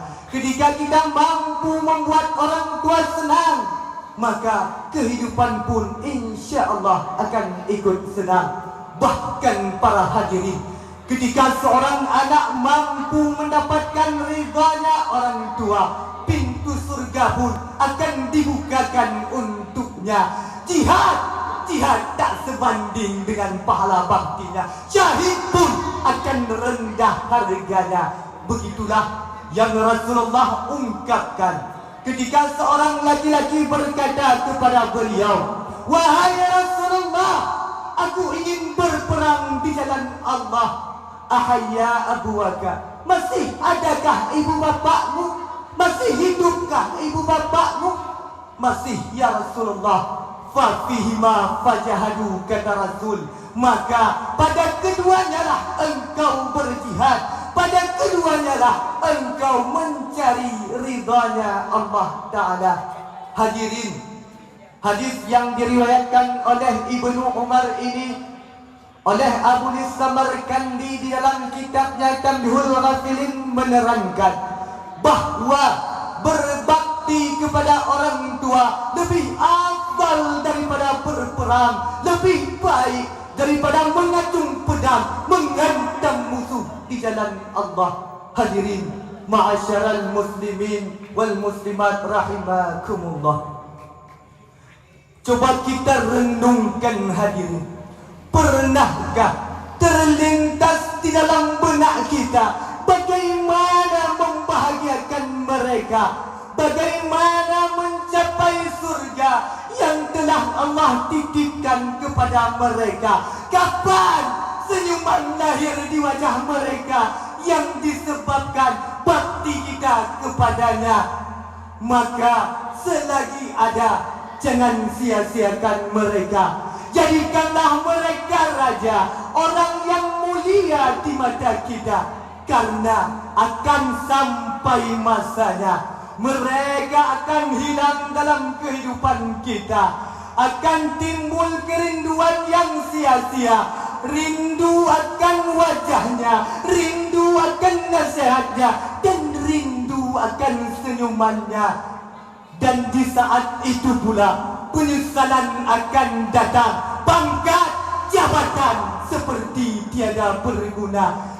Tiada bisa lagi engkau ceritakan kepada mereka bahwa engkau telah menjadi orang hebat. Anakmu ini telah berpangkat, terhormat di mata manusia. Betapa banyak hadirin manusia-manusia di luar sana yang ingin mengulang waktu, berharap waktu sejenak saja bersama mereka, ingin rasanya menunaikan perintah Allah kepada keduanya, ingin berbakti sebagaimana yang disabdakan oleh baginda Rasulullah sallallahu alaihi wasallam. Namun apa hendak dikata, ketika nasi telah menjadi bubur, kehidupan tidak bisa berputar seperti semula. Tiada cara yang bisa kita lakukan kecuali berziarah ke makam mereka, memanjatkan doa kepada Allah agar Allah jadikan kubur mereka salah satu kebun daripada kebun-kebunnya surga, agar Allah jauhkan mereka daripada siksanya api neraka. Hadirin yang dirahmati oleh Allah, maka manfaatkan waktu bersama mereka. Buatlah mereka bahagia, buatlah mereka senang. Ketika keduanya telah tua, berikan mereka nafkah. Tatkala mereka telah butuh bantuan, datangi keduanya dengan penuh khidmat. Hadirin ma'asyaral muslimin rahimakumullah, dari pidato di atas dapat kita ambil beberapa kesimpulan. Yang pertama, berbaktilah kepada keduanya, karena tatkala karena berbakti kepada keduanya adalah jalan untuk mendapatkan ridhanya Allah Ta'ala, maka berbaktilah kepada keduanya, karena ketika Allah telah ridha, nikmat pun akan diberikan kepada kita, kebahagiaan akan dihadiahkan di dalam dunia, dan di akhirat akan dihadiahkan surganya Allah Ta'ala. Hadirin yang dirahmati oleh Allah, poin yang kedua, tunaikanlah kewajiban-kewajiban terhadap keduanya. Ketika mereka telah tua, berikan mereka nafkah. Tatkala keduanya butuh pakaian, belikan pakaian yang indah. Tatkala mereka butuh bantuan, datangi keduanya dengan penuh khidmat, penuhi panggilannya, hilangkan kesedihannya, dan hapuslah air matanya. Inilah beberapa adab-adab yang diajarkan oleh para ulama dan metode-metode yang tercantum di dalam kitab mereka. Hadirin yang dirahmati oleh Allah, poin yang ketiga, selalu doakan mereka agar Allah bahagiakan keduanya, Allah ampunkan dosa mereka, dan Allah jadikan di dalam dunia kita bersama mereka, dan di akhirat kita dikumpulkan di dalam surganya Allah. Hadirin yang dirahmati oleh Allah, hanya ini yang dapat kami sampaikan. Jika ada yang lebih jangan dikembalikan, jika ada yang kurang mohon dimaafkan. Wabillahi taufiq wal hidayah. Wassalamualaikum warahmatullahi wabarakatuh. Waalaikumsalam warahmatullahi wabarakatuh.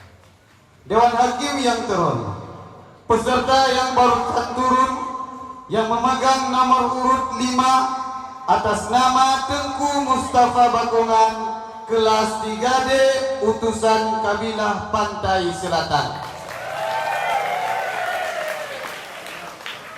Napantun betul. Nyata cari judo bek sidro janda. Salah. Nyata cari judo bu sidro janda. Ada katuha asai peng muguni. Hang payah mekaso ngan aso kamang. Asai berperkasa malam hari. Untuk peserta yang selanjutnya, kita panggilkan Tengku yang memegang nomor urut 3. Kepada Tengku, tempat dan waktu kami persilahkan dengan segala hormat.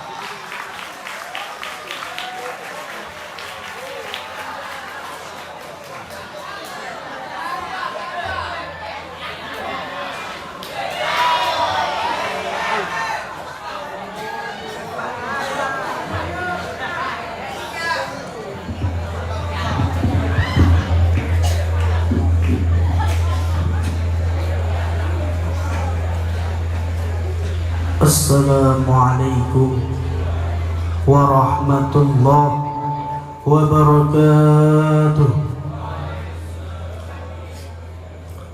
Alhamdulillah, salatan wa salaman rasulillah wa ala alihi wa sahbihi wa mawala. Amma ba'd. Qala Allah Ta'ala fil Qur'anil Karim, أعوذ بالله من الشيطان الرجيم بسم الله الرحمن الرحيم الذين إذا أصابتهم مصيبة قالوا إنا لله وإنا إليه راجعون. صدق الله العظيم وصدق نبيه الكريم وهو الصادق القائل. Amin amin ya rabbal alamin.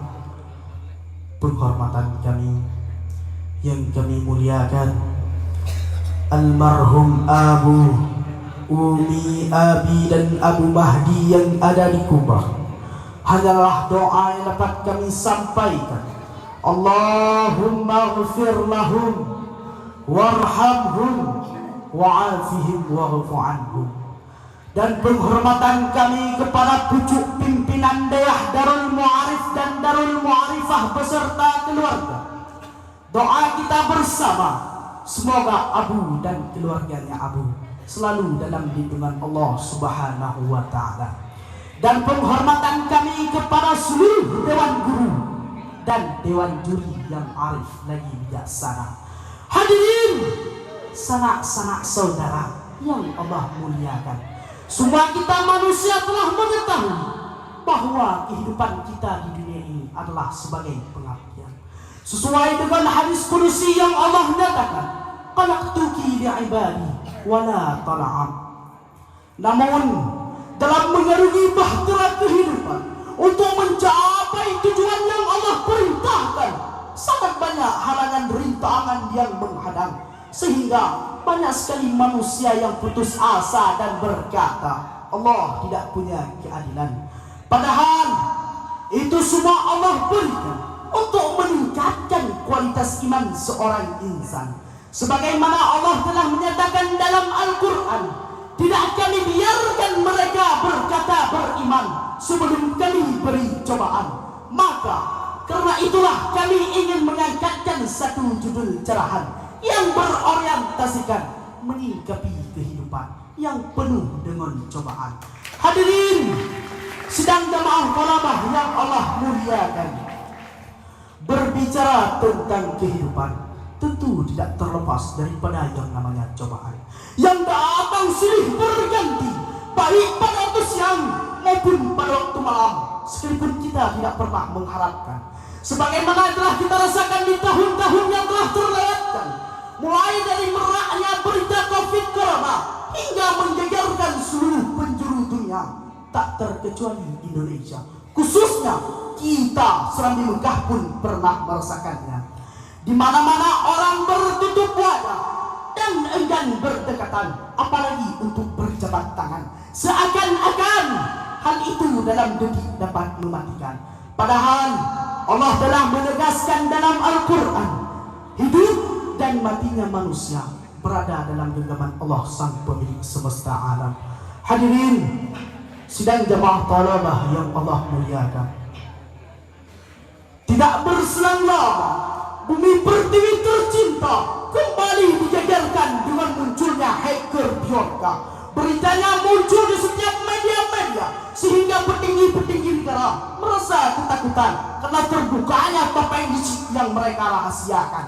Bahkan tidak berselang lama Indonesia kembali berduka, khususnya kepada para pencinta bola, dengan kejadian yang menimpa Stadion Kanjuruhan Malang yang masuk dalam daftar sepak bola yang mengerikan, yang memakan ratusan jiwa, hingga keluar satu kata-kata, tidak ada sepak bola dengan seharga nyawa.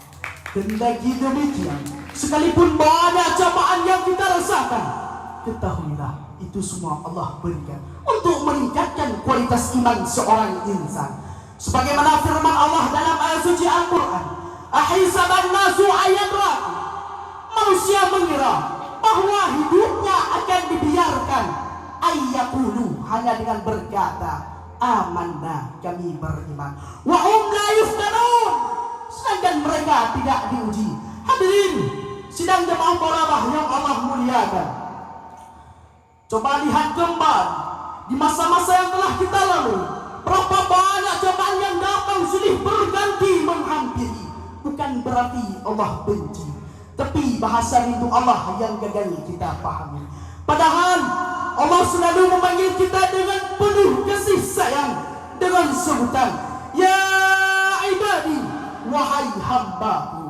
Justru karena Allah sayang, makanya Allah memberi kita cobaan supaya kita sadar dan terbangun dari mimpi yang panjang, supaya kita membuka hati, mata dan telinga bahwa hidup ini bukan semua tentang harta. Memang hidup ini butuh yang namanya berjuang, namun bukan semua waktumu engkau korbankan untuk mencari sesuatu yang namanya uang. Hadirin sidang jamaah thalabah yang Allah muliakan, saking sayangnya Allah kepada kita, sampai saat ini, sampai detik ini, sampai malam ini, Allah masih memberi kita kesempatan untuk berubah, untuk menjadi hamba-hamba yang dirindukan oleh surga. Bahkan di saat kita berbuat maksiat, Allah tidak langsung menghukumi kita. Allah memberi kita kesempatan supaya kita kembali kepada ajaran-ajaran yang disampaikan oleh Rasulullah yang diutuskan oleh Allah sebagai panutan agama. Padahal Allah telah menegaskan dalam Al-Quran sebagai pedoman bagi kita umat Islam. Namun kita tidak pernah menghiraukan, seolah-olah sindiran Allah bukan untuk kita yang ditujukan. Di saat panggilan azan berkumandang, kebanyakan kita tidak pernah menghiraukan dengan alasan bentar lagi waktu masih panjang. Di saat Allah menegur kita dengan musibah dan cobaan, disitulah kita baru sadar dan berkata, "Ya Allah, kenapa semua ini harus kepada kami ditimpakan, ya Allah?" Membuktikan kita lebih takut kepada musibah yang menimpa dibandingkan kepada Allah Sang Maha Pencipta. Buktinya, di saat sang virus corona melanda dunia, semua orang takut dan cemas, seakan-akan kematian sudah berada di hadapan mata. Hadirin sidang jamaah talabah yang Allah muliakan, hidup ini adalah ujian. Ujian dengan cobaan yang datang silih berganti, hingga banyak sekali manusia yang depresi dan ujung-ujungnya bunuh diri. Diuji dengan naik turunnya iman yang tak karuan. Terkadang sesekali kita menjadi malaikat, dan juga tak jarang sekali kita menjelma menjadi setan. Sehingga banyak sekali manusia yang gugur di dunia yang bersifat sementara. Tapi sadarlah, itu semua Allah berikan untuk meningkatkan derajat manusia. Maka jangan pernah menyerah, apalagi putus asa dari rahmat Allah Sang Maha Pencipta. Hadirin sidang jamaah talabah yang Allah muliakan, dikala hidup tidak sesuai dengan ekspektasi diri, maka jangan lari, tapi kembalilah cari Allah dalam hati. Niscaya engkau akan mendapati beribu-ribu rahmat Allah yang tersembunyi. Jangan pernah menyerah ketika ditimpakan musibah, tapi katakanlah, hanya kepada Allah kami kembali. Bahkan di saat pasrah menerima semua ketetapan yang Allah berikan, ketahuilah suatu saat Allah akan memberi kebahagiaan yang tiada terada. Hadirin sidang jamaah talabah yang Allah muliakan, sebagaimana firman Allah dalam ayat suci Al-Quran, alladzina idza asabathum musibah, orang-orang apabila ditimpakan musibah kepadanya, qalu, lalu mereka berkata, inna lillahi wa inna ilaihi raji'un. Bahwa sungguh kami adalah milik Allah dan sesungguhnya kami kepadanya lah kembali. Dan katakanlah, inna salati, bahwa sungguh salatku, wa nusuki, dan ibadahku, lillahi, wa mahyaya wa mamati, dan hidup dan matiku, lillahi rabbil alamin, milik Allah sekalian alam. Serahkan semua permasalahan kehidupan kita kepada Allah yang Maha Kuasa. Apapun itu, resah gelisah, luka dan air mata, tumpahkan semuanya di hadapan Allah Sang Maha Pencipta. Allah tidak memandang siapa kita, Allah tidak memandang dari golongan mana kita, dan Allah tidak melihat latar belakang kita. Sekalipun dosa kita sebanyak air laut samudra, namun itu semua akan terkalahkan dengan setetes air mata si pendosa yang bersujud meminta ampun kepada Allah yang Maha Pengampun dosa. Ingat, di saat harapan kehidupan kita terhampas, di saat harapan kehidupan kita kandas, kembalilah kepada Allah. Wa huwa ma'akum, dianya Allah tetap bersamamu, ainama kuntum, dimanapun kamu berada. Allah selalu melihat kita, Allah selalu menunggu hamba-hambanya yang telah tenggelam dalam lubang kemaksiatan, yang telah tertipu dengan indahnya riang setan, yang telah terbuai dengan dunia yang bersifat sementara. Sehingga banyak sekali manusia yang gugur di dunia yang bersifat sementara. Hadirin sidang jamaah talabah yang Allah muliakan, Allah masih menunggu kita untuk kembali dalam pangkuannya, karena Allah sayang dan cinta kepada kita. Salah satu bukti sayangnya Allah kepada kita adalah dengan memberi ujian dan cobaan. Bukan berarti Allah benci, akan tetapi Allah masih memberi kita teguran agar kita kembali kepada jalan kebenaran, dan meminta ampun atas dosa-dosa yang telah kita perlewatkan. Hadirin sidang jamaah talabah yang Allah muliakan, pepatah Arab pun pernah berkata, kullu syai'in haddun, tiap-tiap sesuatu pasti ada batasnya. Begitu pula dengan kita manusia, ada batas waktunya kita hidup di dunia, dan ada masanya kita pulang kepada Allah Sang Maha Pencipta. Hadirin sidang jamaah talabah yang Allah muliakan, kita hidup di dunia ini hanya cuma singgahan. Yang ada pada diri kita ini adalah titipan yang kapanpun Allah bisa mengambilnya. Begitu pula dengan nyawa yang berada di dalam badan. Jikalau sudah sampai pada saat yang telah Allah tetapkan, nyawa dan badan akan terpisah untuk selama-lamanya. Sebagaimana firman Allah dalam ayat suci Al-Quran, kullu nafsin za'iqatul maut, tiap-tiap yang bernyawa, tiap-tiap yang hidup pasti akan merasakan yang namanya kematian. Hadirin sidang jamaah talabah yang Allah muliakan, di ketika kau mulai lelah dengan hati yang patah, harapan yang tak terarah, seolah-olah ingin menyerah menjadi makhluk yang lemah, dikala engkau terpuruk dengan dunia yang indah, kembalilah kepada Allah. Hadirin sidang jamaah talabah yang Allah muliakan, dikala engkau mulai lelah dengan hati yang patah dan harapan yang tak terarah, seolah-olah ingin menyerah menjadi makhluk yang lemah, dikala engkau terpuruk tidak tahu arah untuk melangkah, maka kembalilah kepada Allah. Hadirin sidang jamaah talabah yang Allah muliakan, adapun kesimpulannya adalah hidup ini adalah ujian. Semua kita diuji. Apakah kita diuji dengan harta, tahta, anak, istri, dan jabatan? Yang semua itu adalah titipan dari Allah Sang Pemilik semesta alam. Kita diuji dengan cara bagaimana kita mempergunakan atas nikmat yang Allah berikan. Apakah nikmat yang Allah berikan kita pergunakan di atas jalan ketaatan ataupun di atas jalan kemaksiatan? Mau tidak mau, siap ataupun tidak, percaya ataupun enggak, yang namun semua itu akan diminta pertanggungjawaban di hadapan Allah Sang Pemilik semesta alam. Ingat kawan, semua kita pasti akan pulang. Sebagaimana Allah telah menyatakan dalam Al-Quran, semua manusia akan merasakan yang namanya kematian. Tidak kekal selain Allah Sang Pemilik semesta alam. Maka selagi ada kesempatan, sehat badan, waras pikiran, mari sama-sama kita keluar dari masa-masa kelam untuk menuju masa yang akan datang dengan penuh ketaatan. Dan pastikan di saat kamu lahir ke dunia, engkau menangis dan semua orang akan tertawa ceria.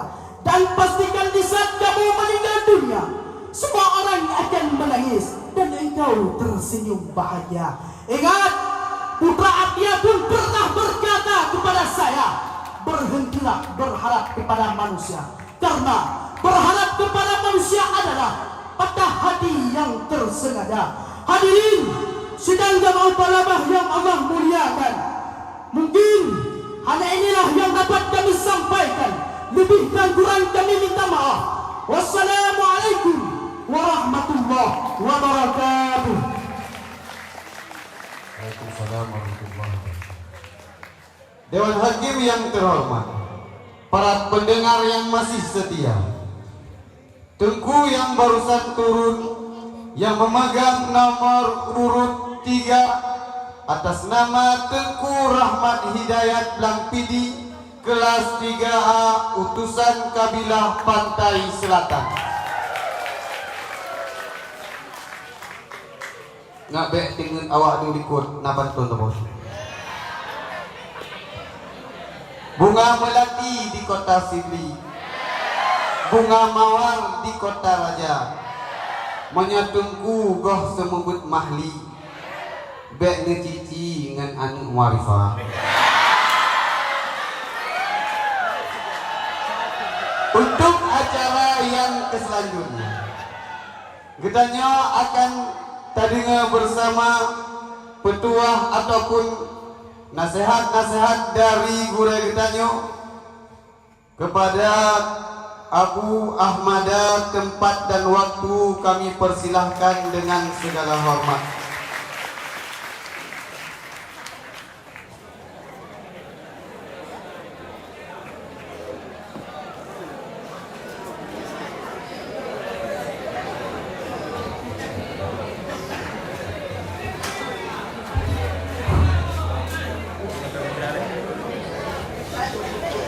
Duduk.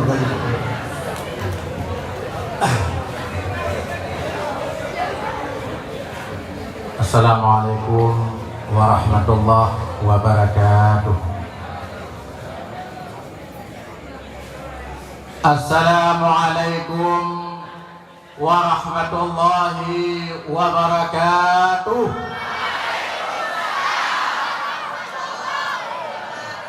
Bersemangat. Nah, semangat. Mantap. Alhamdulillahilladzi arsala rasulahu rahmatan lil alamin. Asyhadu an la ilaha illallah malikul haqqul mubin. Wa asyhadu anna Muhammadan abduhu wa rasuluhu sadiqul wa'dul amin. Allahumma salli ala sayyidina Muhammadin wa ala alihi wa ashabihi ajma'in wa man tabi'a bi ihsanin ila yaumiddin. Amma ba'du. Wa qala Allah ta'ala fil Qur'anil Karim, Bismillahirrahmanirrahim, wa'tasimu bihablillahi jami'an wa la tafarraqu. Shadaqallahul azim. Yang pertama sekali, segala madah puji dan syukur marilah sama-sama kita serahkan kepada Allah Subhanahu wa taala, yang mana oleh Allah pada malam yang sangat mulia ini, pada malam yang sangat cerah, masih memberikan rahmat, kudrah dan iradahnya kepada kita bersama, sehingga kita telah dapat berkumpul di hadapan musalla Dayah Istiqamatuddin Darul Mu'arif yang sangat kita cintai ini. Selanjutnya selangkah selawat berangkaian dengan salam kepada baginda Rasulullah sallallahu alaihi wasallam, yang mana dengan berkat perjuangan Nabi Muhammad sallallahu alaihi wasallam, yang mana hidup kita yang dulunya tidak terarah sehingga terarah, dari yang hanagat sehingga terus getanya bak agama Islam, agama yang diakui oleh Allah Subhanahu wa taala.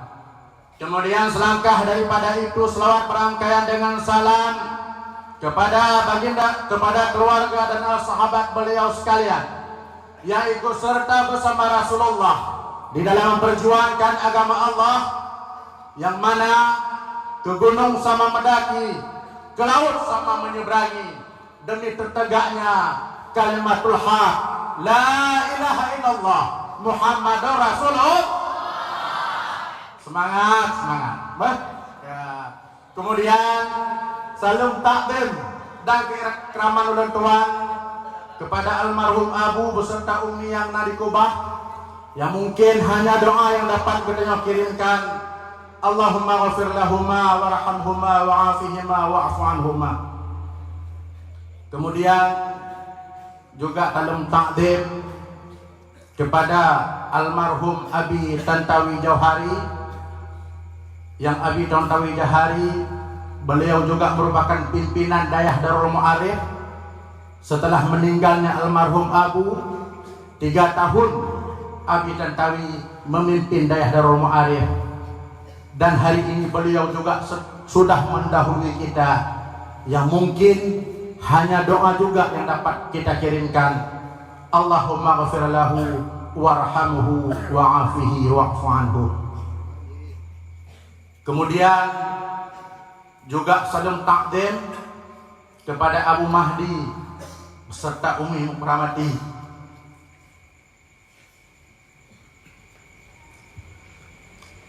yang beliau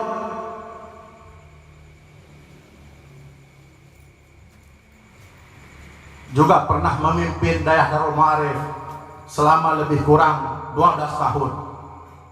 Beliau juga sudah meninggalkan kita. yang mungkin hanya doa yang dapat kita kirimkan. Allahumma ghafir lahuma warhamhuma wa'afihima wa'fu anhuma. Kemudian juga kepada seluruh dewan guru Dayah Darul Ma'arif dan Darul Ma'arifah, yang mana para dewan guru ini yang masih setia di dalam menjalankan roda pendidikan di daerah tercinta Darul Ma'arif dan Darul Ma'arifah setelah 24 tahun almarhum Abu meninggalkan kita. Cukup namanya ini silent atau offline ada media yang live secara langsung offline ada kan? Offline ada.